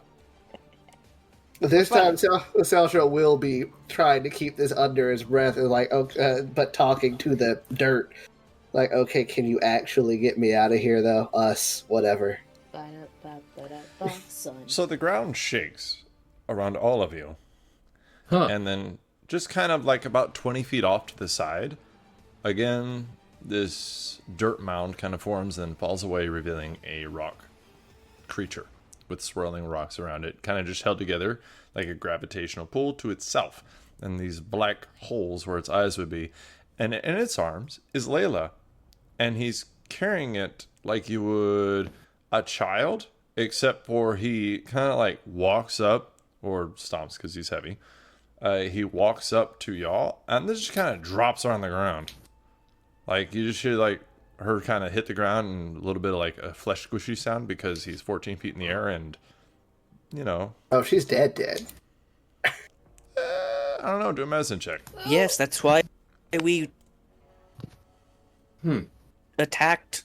It's very clear when we described ourselves I rolled a attacking. 19. She's breathing, but you think that drop might have lost her a death save. Celtra will reach down and he will cast Cure Wounds to stabilize her. Those are very Layla. useful spells. You are alive with Hold on. I gotta roll. 1d8 plus 4 hit 4. points. Yeah. What? I thought I was dead. 10. Jesus, I gave you a lot. She didn't get you that negative. I'm certain that killed her. I think it gave us a favor for having kicked our ass. Layla, Ouch. you're among the living. There. Don't touch now me. we're square. I being so mean? Like, I just think, why everybody here so rude? Come on, we avenged you. Yeah, they avenged you. I was about to meet my god. Ooh. I mean, I could put you back down. Well, shouldn't you be happy to us then? I mean, I think it was For more meeting like my a, patron. yeah, she was about to be happy, like, you know, about like mid-hand, and then we just kind of pulled her out of it. Well, I'm a warlock of my deity's fold. If I go back, I'm incorporated into the great mind of all knowledge. It's kind of permanent. Celtra is going to look at the giant rock monster and ask if it's the Titan. It'll just nod its head slowly. Yes. Can I have your name? It just kind of looks at you and makes grinding noises. Shit, I knew I How do should you have spell learned that? elemental. How do you spell that? I knew I Our should have learned elemental. Arkoridaun will help Layla to her feet, though. Okay. He just kind of looks at you like, what the fuck? I'm sure I'll be able to figure it out eventually. Does that mean it's? You said it's. You told me that it's done. Does that mean we're good? He has no people skills, so he just turns away from you, and he puts his hand on the ground, and you see it starts to sink in and kind of collapse in on itself and form like a set of stairs, and then at the bottom of it you see a kind of door, a stone door. Huh. And he just looks at you and then looks down. Well, that's the most... Celtra will reach out to give him a high five. And he's launched 30 feet. He'll like do the It will- gesture. It'll just look at your hand very curiously. I really... He'll do the I- gesture where like he'll kind of like show him what to do, but gently. I really want him to give him a high five. He will just kind of hold his hand out. And Celtra will pat like he'll do it for him. All right. You high five the Titan of craftsmanship. So, So what's let's that go door? through a door. let's get through the door. All right, who all is going? I am. I will as well. You might want to call out to your fold, sire, and bring your army. No, I agreed that you guys can come. So before you go, it will kind of like flash you an image of in your mind. It's like a live picture of where you're going, and then it will point at Arkoridaun, and then like kind of point back at Celtra, and Arkoridaun. It will try to convey to you, sending a message, like it, so you can send a message, or Celtra can send a message to his friends. And if you are willing to give up a spell slot for that, then he can tell his friends where to meet him. Oh, very well. Okay, so Celtra, you send a message to your friends because, and it will try to convey to you using images and drawings in the dirt that time works very differently here. Mm-hmm. So, if you don't know how long it's going to pass, but we'll find out. So, Zoe, you said you're going through the door? Yes. Okay. Xaxyl, are you going through the door? I look at my boss. You coming, I assume? I'm going. Let us all go. Agreed. How about we pull our army? Viska? I don't think we'll have time to pull. It's worth a shot. I'm Always sure pack we'll lunch. get a new one. Viska, are you going through the door? Yes. All right. I just had to wait. Layla, are you going through the door? I suppose. All right. So you guys step through the door. Oof. So here's what happens. You find yourselves in a town you've never seen. There are white stone, seems to be the theme here. There is some wood used, but not very much. A lot of it is destroyed and collapsed. There is just burnt stuff all around you. There is dead people around you. You can see up on a hill to the southwest that there is a temple, a very large temple, white temple, that the side of it is just like completely blown out, like something just crushed it inwards. And you can even hear fighting in the distance a little bit, and it's quiet again. And then as you're all just standing there taking this in, on your right, Celtra, you are happy to see, and everybody else sees, a 12-foot werewolf, very large, very muscular. You can see black blood kind of on her claws and maybe a little bit around her mouth, like she's just been through some shit. And you see people behind her just kind of approaching, but you're distracted a little bit because on the other side of you, you see a woman with kind of gray skin and purple eyes and white, kind of short-cut hair, and she's wearing plate armor with like it's dark colored black armor with spikes coming off the top of it, and she has a mace with her. And on either side of her, kind of behind her, you see two women that also look drow, but they have a lot of demonic features, wings and horns, and you believe Arkoridaun, that Kazna has brought some of these demonic drow with her. And as you see his black blood kind of dripping off of her mace on one side of you, and then this giant werewolf on the other side of you, as Laurel and Kazna look at each other. And we're going to sort that shit out next week.